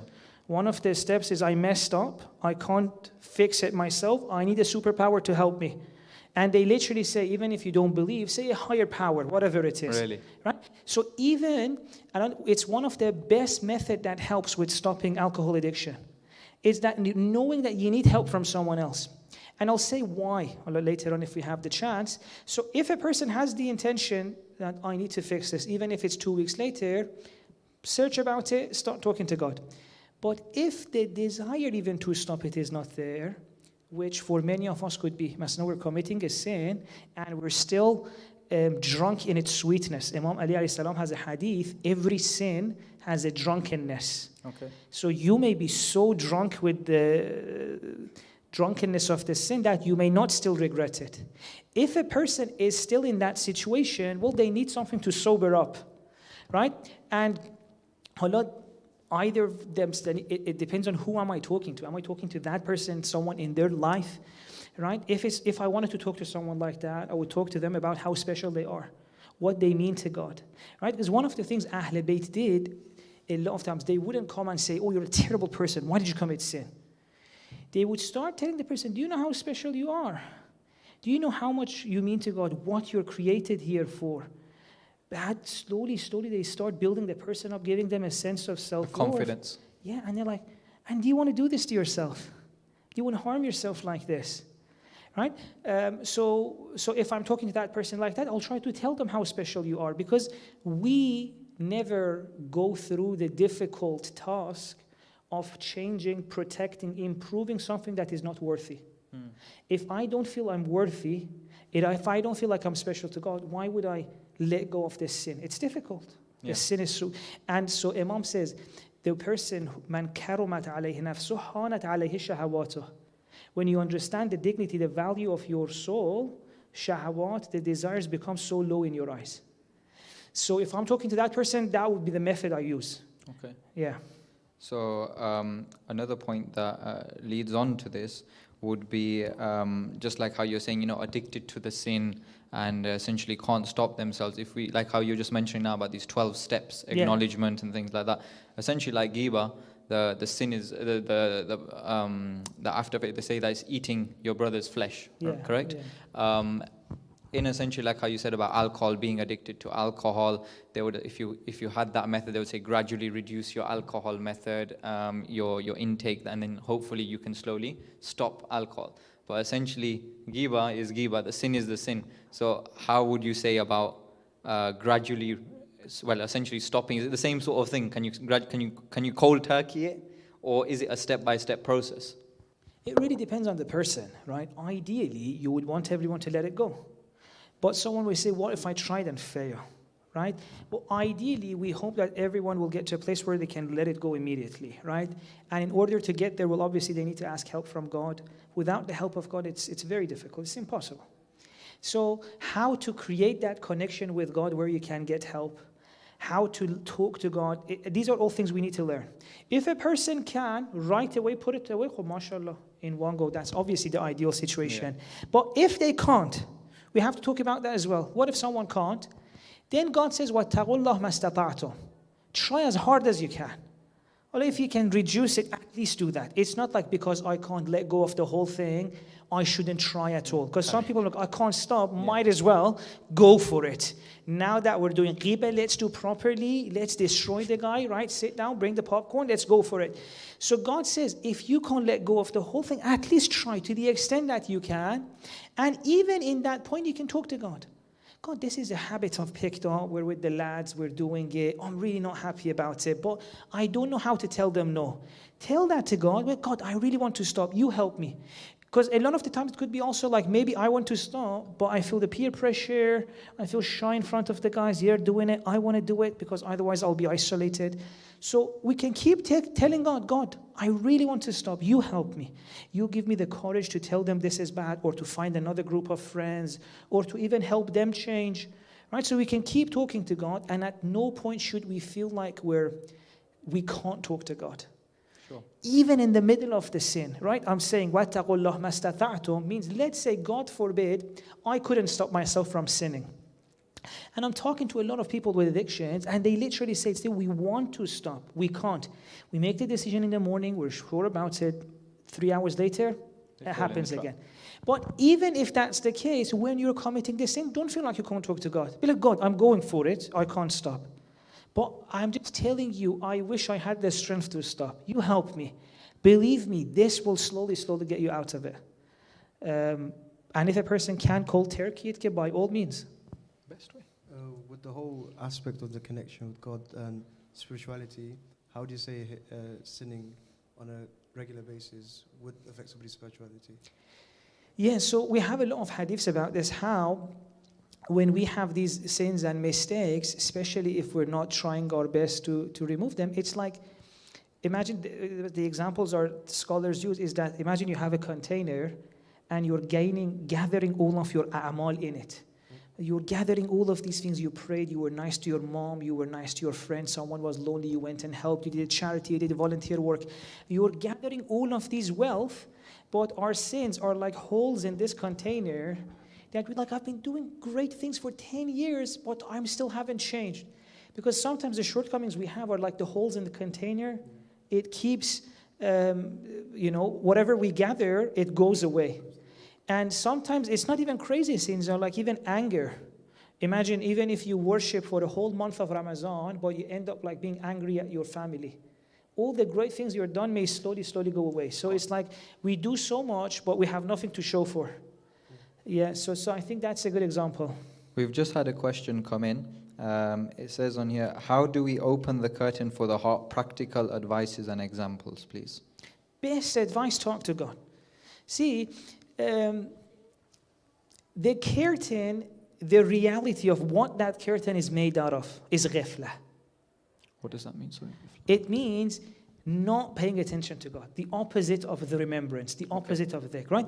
The nature of the veil, the hijab in front of our eyes that stops us from feeling God's love, God's presence, is nothing other than our own lack of attention. Right? And so the way to remove it then is to pay attention to God, to talk to Him, to bring Him into your life. And so this is why I taught, for example, today, lift your mind and heart to God. No matter how you're feeling or thinking, keep talking to God about that. Slowly, see, God is like warmth, God's presence. Our sins, our curtains in front of us, our shortcomings, our bad habits, these are like blockages that stop us from feeling God, from all of that. God's presence, God's light is like a warmth that comes and slowly melts these. Melts our blockages, melts our bad habits, shortcomings. But it can only do it if it's long enough. Right? If I remember God around 10 seconds, it goes till Ramadan, I haven't benefited enough. Yeah. Sometimes I give the example of, I don't know if you've done it in school or not, we'd use the magnifier to get the sun to burn a paper. Yeah. You have to do it long enough. That's remembrance. Pay attention to God. The light of God will come and burn all of our shortcomings. And just one thing before, because this is so important. These desires inside us, these bad habits, they are made out of darkness. Yani, what happens inside the soul that starts desiring weird things? Sometimes we desire the weird things and no one knows. Bad habits, bad actions. This is nothing other than darkness as a result of the light of God not coming in. And as soon as God's light comes, you'll see it will change you. Your desires will change. And naturally, you wouldn't want to do the things that was so difficult to let go of. So yeah, just talk to God. Just on what you just mentioned right now, sometimes, like we have all these amals that you were talking about. We have Laylatul Qadr, all these big amals to do.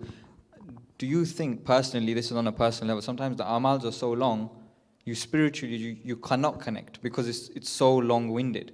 Yeah. So when you're saying, talk to God, have this presence in mind, it's like Salah, for example. I'll say this first for myself. As soon as I start praying, things come into your head automatically. You start drifting away, and then you realize, oh, sugar, I'm thinking about this. Let me come back into this. Yeah. And I think also it's some of the things that we're exposed to in the West as well. Like you mentioned Instagram. People send questions over to your Instagram.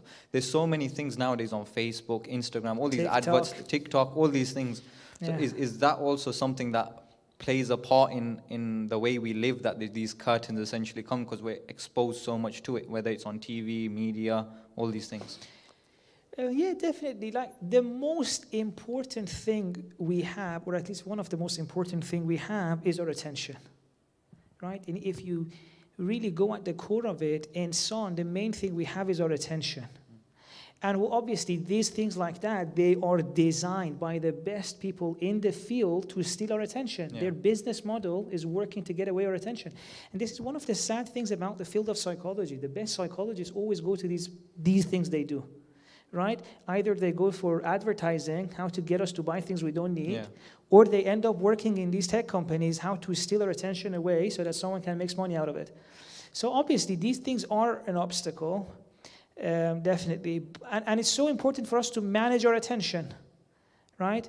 And this is one of the reasons that, as you said, even in our salat, we can't. Yeah. We don't have the control of our connection. attention. Yeah. And part of it is the outside world. Part of it is also the way they taught us about religion. I'm going to say something a little bit controversial. Part of the way we do Laylatul Qadr is designed for us to be far from God. I mean, just what you said. They tell the poor lad or girl, they've come to remember God. It's such a special night. They're like, read these 1,000 names. And then by the end of it, you're barely trying to wake up, be up. How can you talk to God? At which point should that person talk to God? And they don't talk about that. Allah, instead, read 10 of those names, think about them, reflect them. Ya masalan, what is Ya Sattarul Uyub? One of the names in Dua Josh and Kabir. Beautiful dua. You're the one who covers my mistakes. Wow, God, you do that for me? Hope this is your God. Start talking to Him. Right? So part of it is also the way we do religion is really, it becomes like a culture, isn't it? That we're doing it for the sake of doing it. It's not very practical. Yeah. Yani, we are faced with so many challenges from the outside, and our religion has all the answers to equip us, but the way we do it doesn't give us all the equipment we need to protect ourselves and to go high. You're 100% right. I think also, but some of the what you just mentioned right now, say for example, if some communities even tried that, I think certain people in the community or cultures would have a backlash towards it, saying, we've been doing this for so many years, it's never been changed, why are you changing it now? We've done it all this way throughout our life. Yeah. So it's like them sort of backlashes you get as well. So like what you said, it was pretty controversial. If somebody did try to do it, you would more than likely probably but get there's always room for compromise, right? I say we don't want fight, conflict at all. Conflicts are from shaitan. We are mu'min, we need to work a way around it, right? So we can talk with each other. Allah, if a community feels like parts of them want to start changing, part of them says not, there's always room for compromise. A mu'min always finds a way in the middle, right? So what they can do is like, okay, you guys do that, give us at least half an hour in the night of Qadr to just remember God. Right? Allah, you guys want to go through all of it. Bismillah, mashallah, go read all of it. Hasan, I want to do all of that, but after that's finished, give us 10 minutes to see what it means. Right? Because sometimes I see you even put the translation here, but who has the time to read? You can't even keep up. The guy, and some of these, reading the translation is not enough. First of all, translation are so difficult. Hasan, it doesn't do the job. You need a full tafsir on it. Plus, some of these things, you have to sit down with it. As I said, imagine the warmth of God has to come melt our sins and shortcomings. Hope if you just go through it, Masalan, Ya man usiya fasatar, one line from Imam Husayn. The one who when you disobey him covers for you. Or another line, Anta dhakiru min qabl dhakirin. You are the one who remembers before we remember him.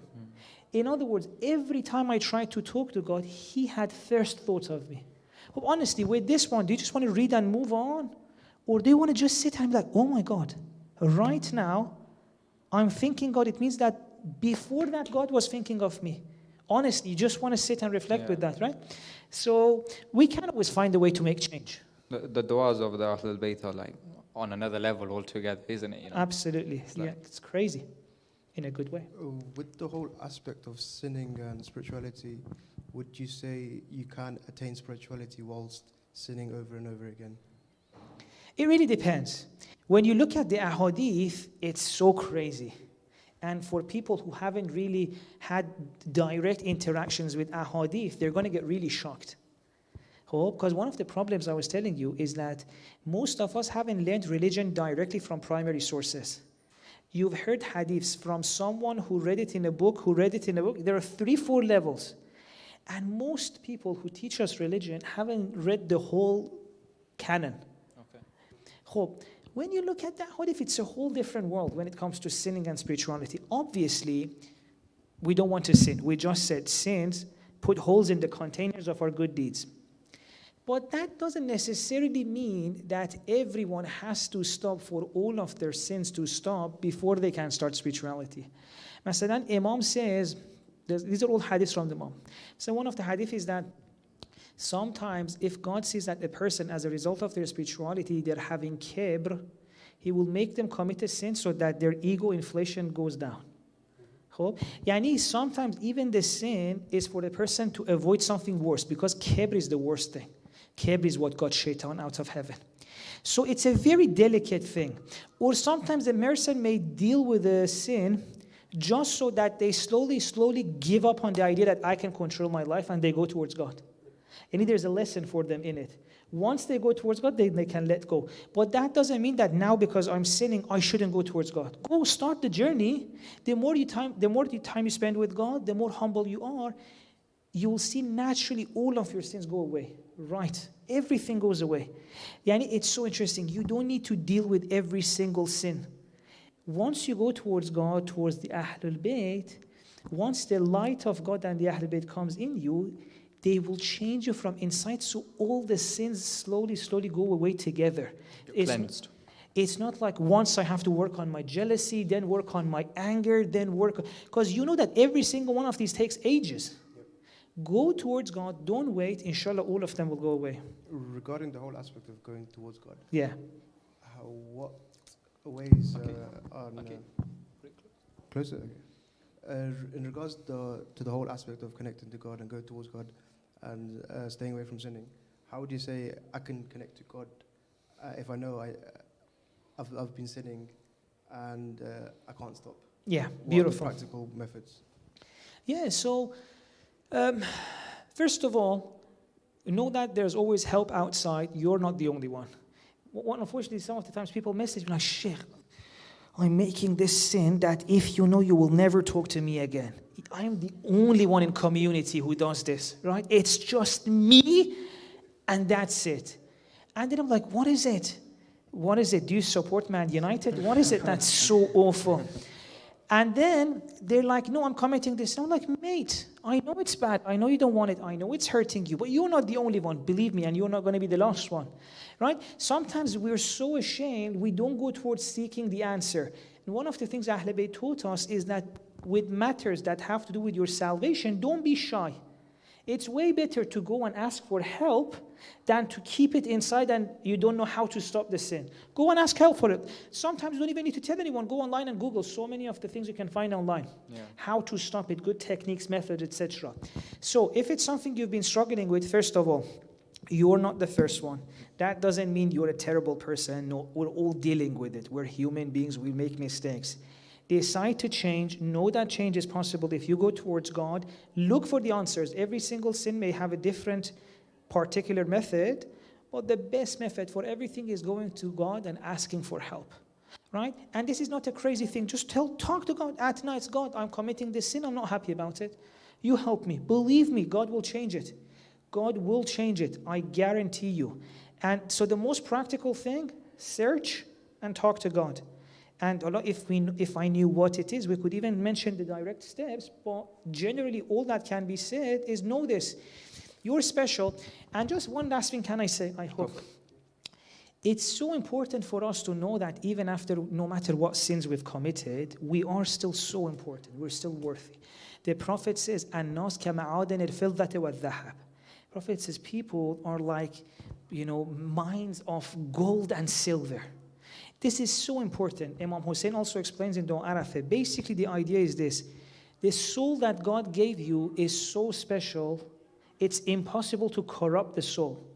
You can cover it with so much dirt, you can cover it with so much nasty things, but at the core who you are is a beautiful soul created by God. So no matter how much mistakes you've made, at your core, you're still a very beautiful soul created by God, and God wants you, and God wants you to come back, and you're so special, and your worth is still very high. All you need is a decision to change. Even if the change takes 5 years, because sometimes I know people takes them years to figure out how. As soon as you make the decision, God, I don't like what I'm doing. That's it. Imam Ali, I don't know in which munajat it was, but this is a line. It says, وَجَعَلْتُ الْإِغْرَارَ بِالذَّنْبِ إِلَيْكَ وَسِيلَتِي. It says, I have put my confession to this sin as the vehicle towards you. As soon as a person says, God, I'm not happy with what I'm doing, Even if it takes them a few months or years to get rid of it, as soon as they say, God, I'm sorry, I'm not happy. Imam says this confession itself will take you towards God. Right? So it's never late, no matter what you've done, you're special. And It's as Allah says, you take one step towards Him and He'll take 10 back He'll to you. take 10 steps, and then you realize even the one step He took you. So with the whole aspect of forgiveness, how would we know if we've been forgiven for a sin, for example, and if there's no signs, it could lead potentially to a doubt about Allah's forgiveness? The first sign that you're forgiven for a sin is that you repented, right? Wallah, inshallah, later on, I hope we can talk about these. I'm not joking. If a person repents, it already means that God was paying so much attention to them that they had the chance to repent. The tawfiq. Beautiful. So the fact that you repent, it means forgiveness is there. Hala, start repairing. Start fixing. So what is more, you want a sign? The sign is that you want it to change. That's the most important sign.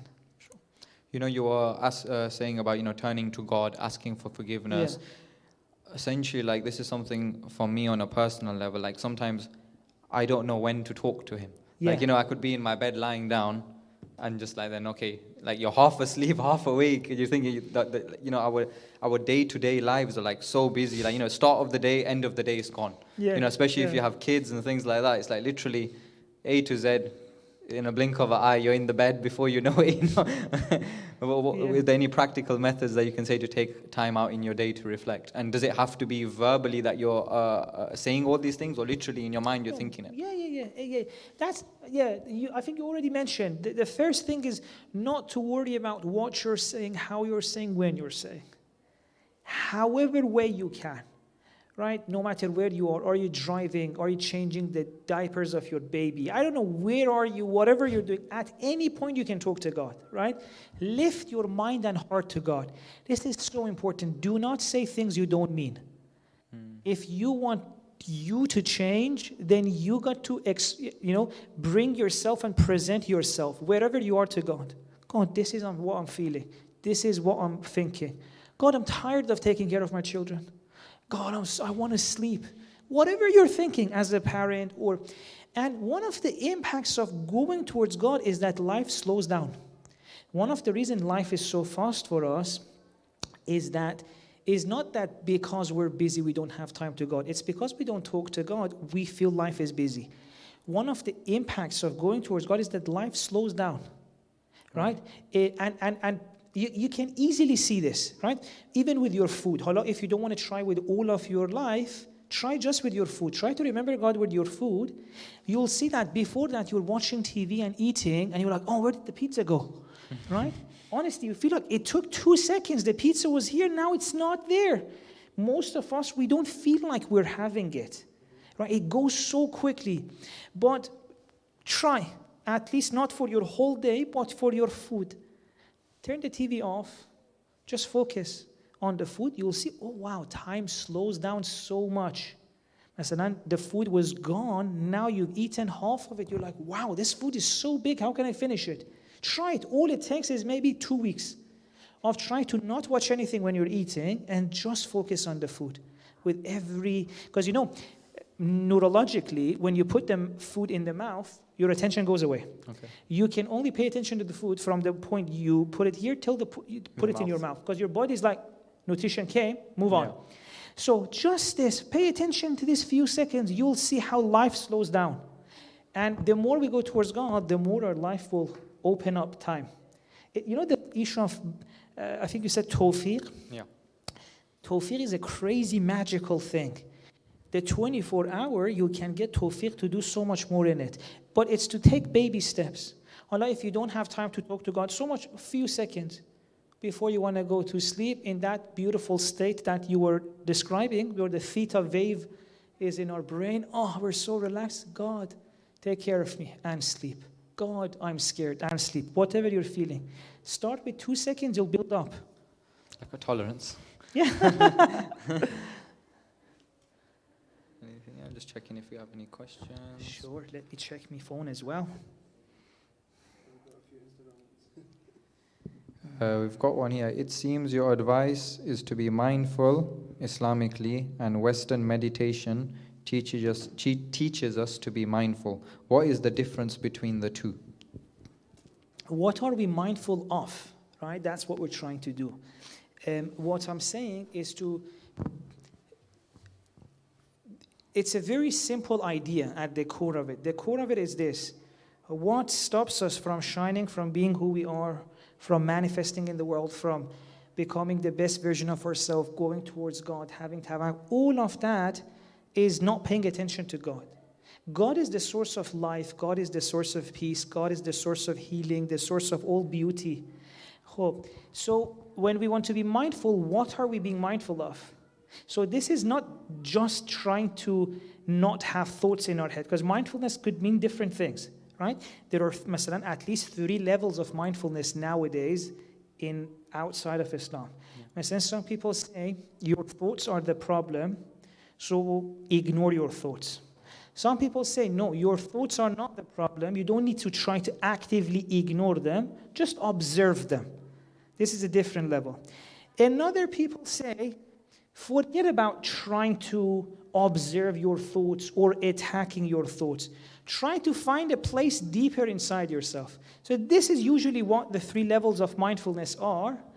What my understanding of Islam says is, yes, fill your heart with God. All of these things will naturally happen. Like it's the ultimate level of mindfulness, to bring the presence of God in your heart. This is a bit off topic, but in the majlis you had mentioned salawat and saying there's like a huge deep meaning behind it. Yes. Would you care to elaborate now that we have a little bit of time? Anything you can give us some irfani aspects of salawat? Yeah, sure. That takes a whole a whole series, but at the gist of it is this: that. As I said, what heals us is the light of God, the warmth of God, the life of God, okay? And a lot of the times, if we're on our own, we may not be able to benefit from that. Imagine, if we hadn't spoken about this, would any of us try to remember God? No. So sometimes we need an outside force to remind us to do that.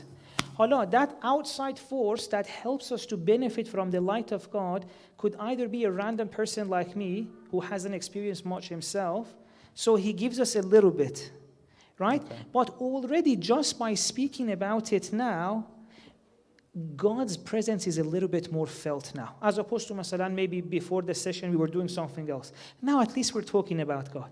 And this is just by remembering, by talking to people who have a little bit of God.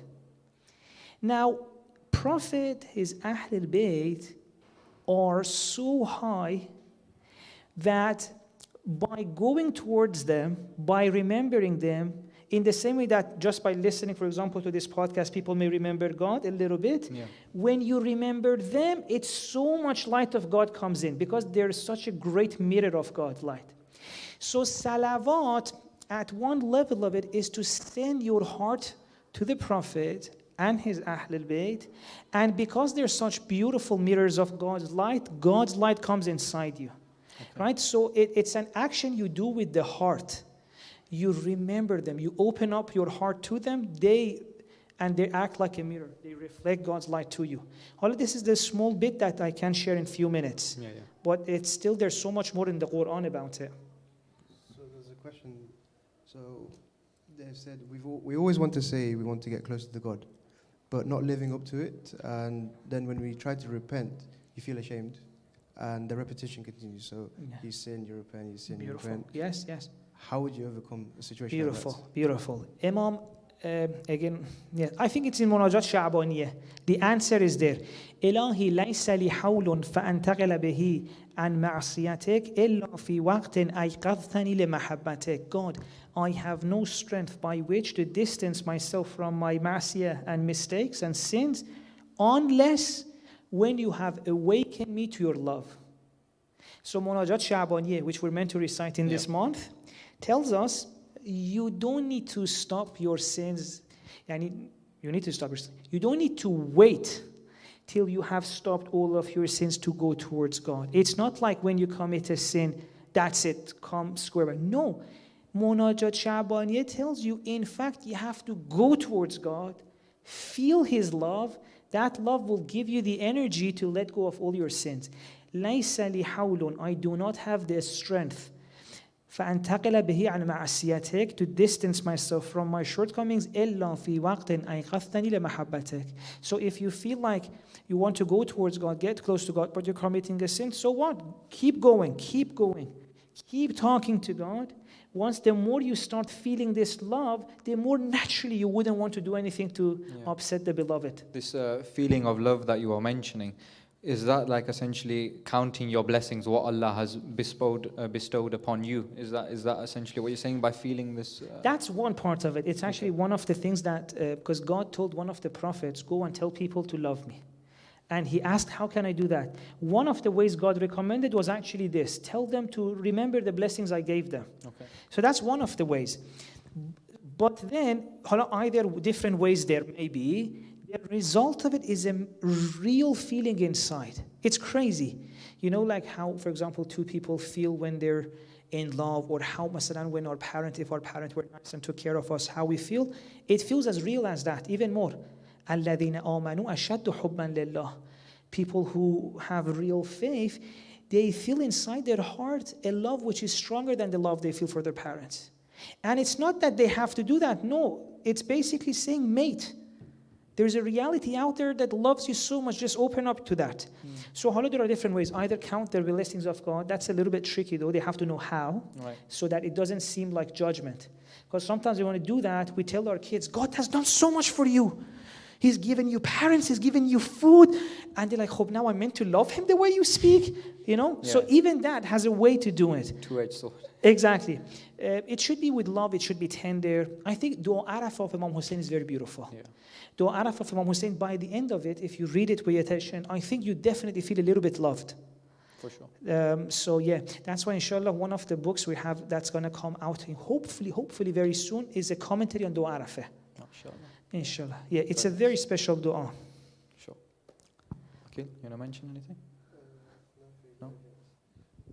Also, you're talking about the whole aspect of parenting and teaching the kids.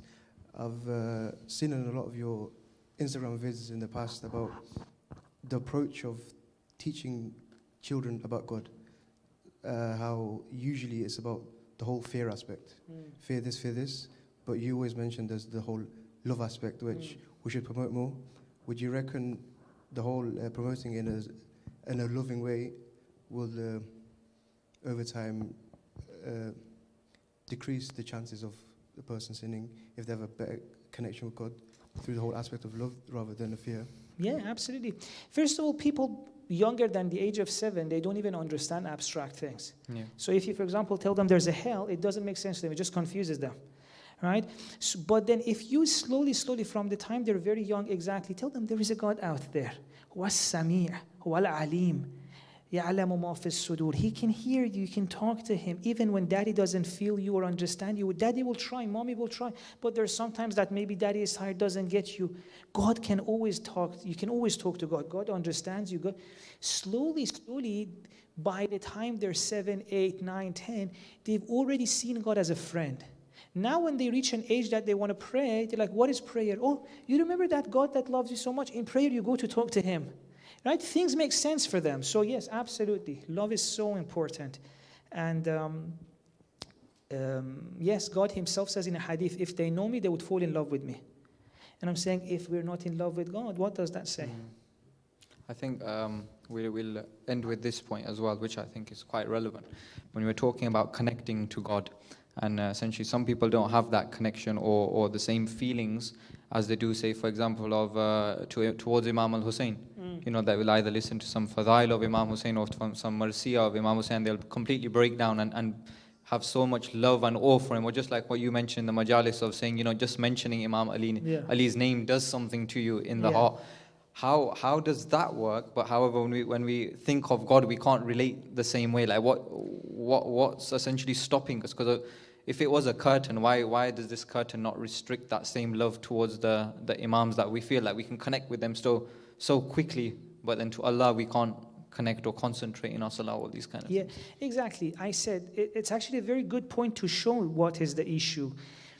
Why is the reason we love the Ahlul Bayt is because we've been told. We come to these sessions, someone says, Nara Haydari, Ali, it's a vibe. We've heard about the Fada'il. We listen to these matam, we listen to this. So with the Ahlul Bayt, at least many of us, we keep remembering them through different means. Either it's a matam we listen to our car or a beautiful qasida, right? So in so many ways we remember them. So with remembrance, love comes. But with God, masalan, how many qasidas do we have about God? How many, masalan, poems in, masalan, who says, Nare Ilahi? Masalan, someone say, Ya Allah, right? We don't do that. When remembrance is not there, love doesn't grow. Whereas if you look at the Ahlul Bayt, all of the du'as are remembrance of God. But even when we look at them, we read for the sawab. We don't look at what it said. The more we remember God, we talk to Him, the love will come.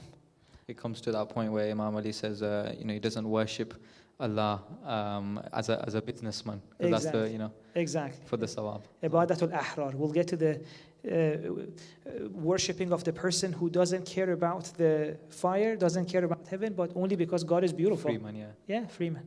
Asant. Thank you. One final, so a follow-up from the question asked earlier about how do you overcome feeling embarrassed and ashamed when you repeatedly sin. It was, even if you feel ashamed and regretful, how do you make your commitments stronger each time so that you fully just move away from repeating that sin? Again, it really depends on the sin. Some sins are really difficult to get over, right? Give yourself a break. I really don't want anyone to sin because I know sins affect us. But some of them are really difficult. So if you're really trying, it's not working, stop attacking yourself, right? Imam said, وَجَعَلْتُ الْإِقْرَارَ بِالذَّنْبِ إِلَيْكَ وَسِيلَتِي. If it's difficult right now, all you need to do is tell God that, God, I'm trying, it's difficult. I've asked for help, I've searched online, what are the ways to stop it? And I'm trying. As soon as you're open with God, the most important thing is this, be open with God. When you tell God, I'm trying, it's difficult. From that point onwards that you showed honesty, there is no shame. There is no fear on you. Even if you die at that moment, you're going to be dying beautiful soul. The moment you open up to God and God, it's difficult. And know that God is so loving. Just because a mistake, He's not going to hurt you. Imam Husayn again in Dua Arafah, وَوَسَعَ الْمُسْتَغِيلِينَ رَأْفَةً وَرَحْمَةً وَحِلْمًا. Remind yourself of this. Imam Husayn in Dua Arafah says, God will come, wasa'. It will come, surround and embrace the mustaqilin, those who have shortcomings, sin, bad habits, ra'fatan wa rahmatan wa hilma, with kindness, gentleness, and patience. So as soon as you open up, God will come and help you heal, remove that sin. And God is patient, hilma, because sometimes if we've committed a sin for 10 years, it's going to take a little bit of time till we overcome it. God's going to be patient, hilma, till you manage to overcome it, right? So as soon as you open up to God, don't be ashamed. And just keep bringing the light of God to yourself. What is stopping you from letting go of that sin is that gap inside your soul, which is filled with darkness. Darkness is the absence of God. The more God comes in, all those desires will die. And I think that was a great note too. I think on that note, we shall end. Thank you so much, Sheikh, for joining us. Really appreciate it. And Akil, thank you so much for coming down. Thank you for the invite. On that note, Assalamu alaikum wa rahmatullahi wa barakatuh. Salawat. Allah.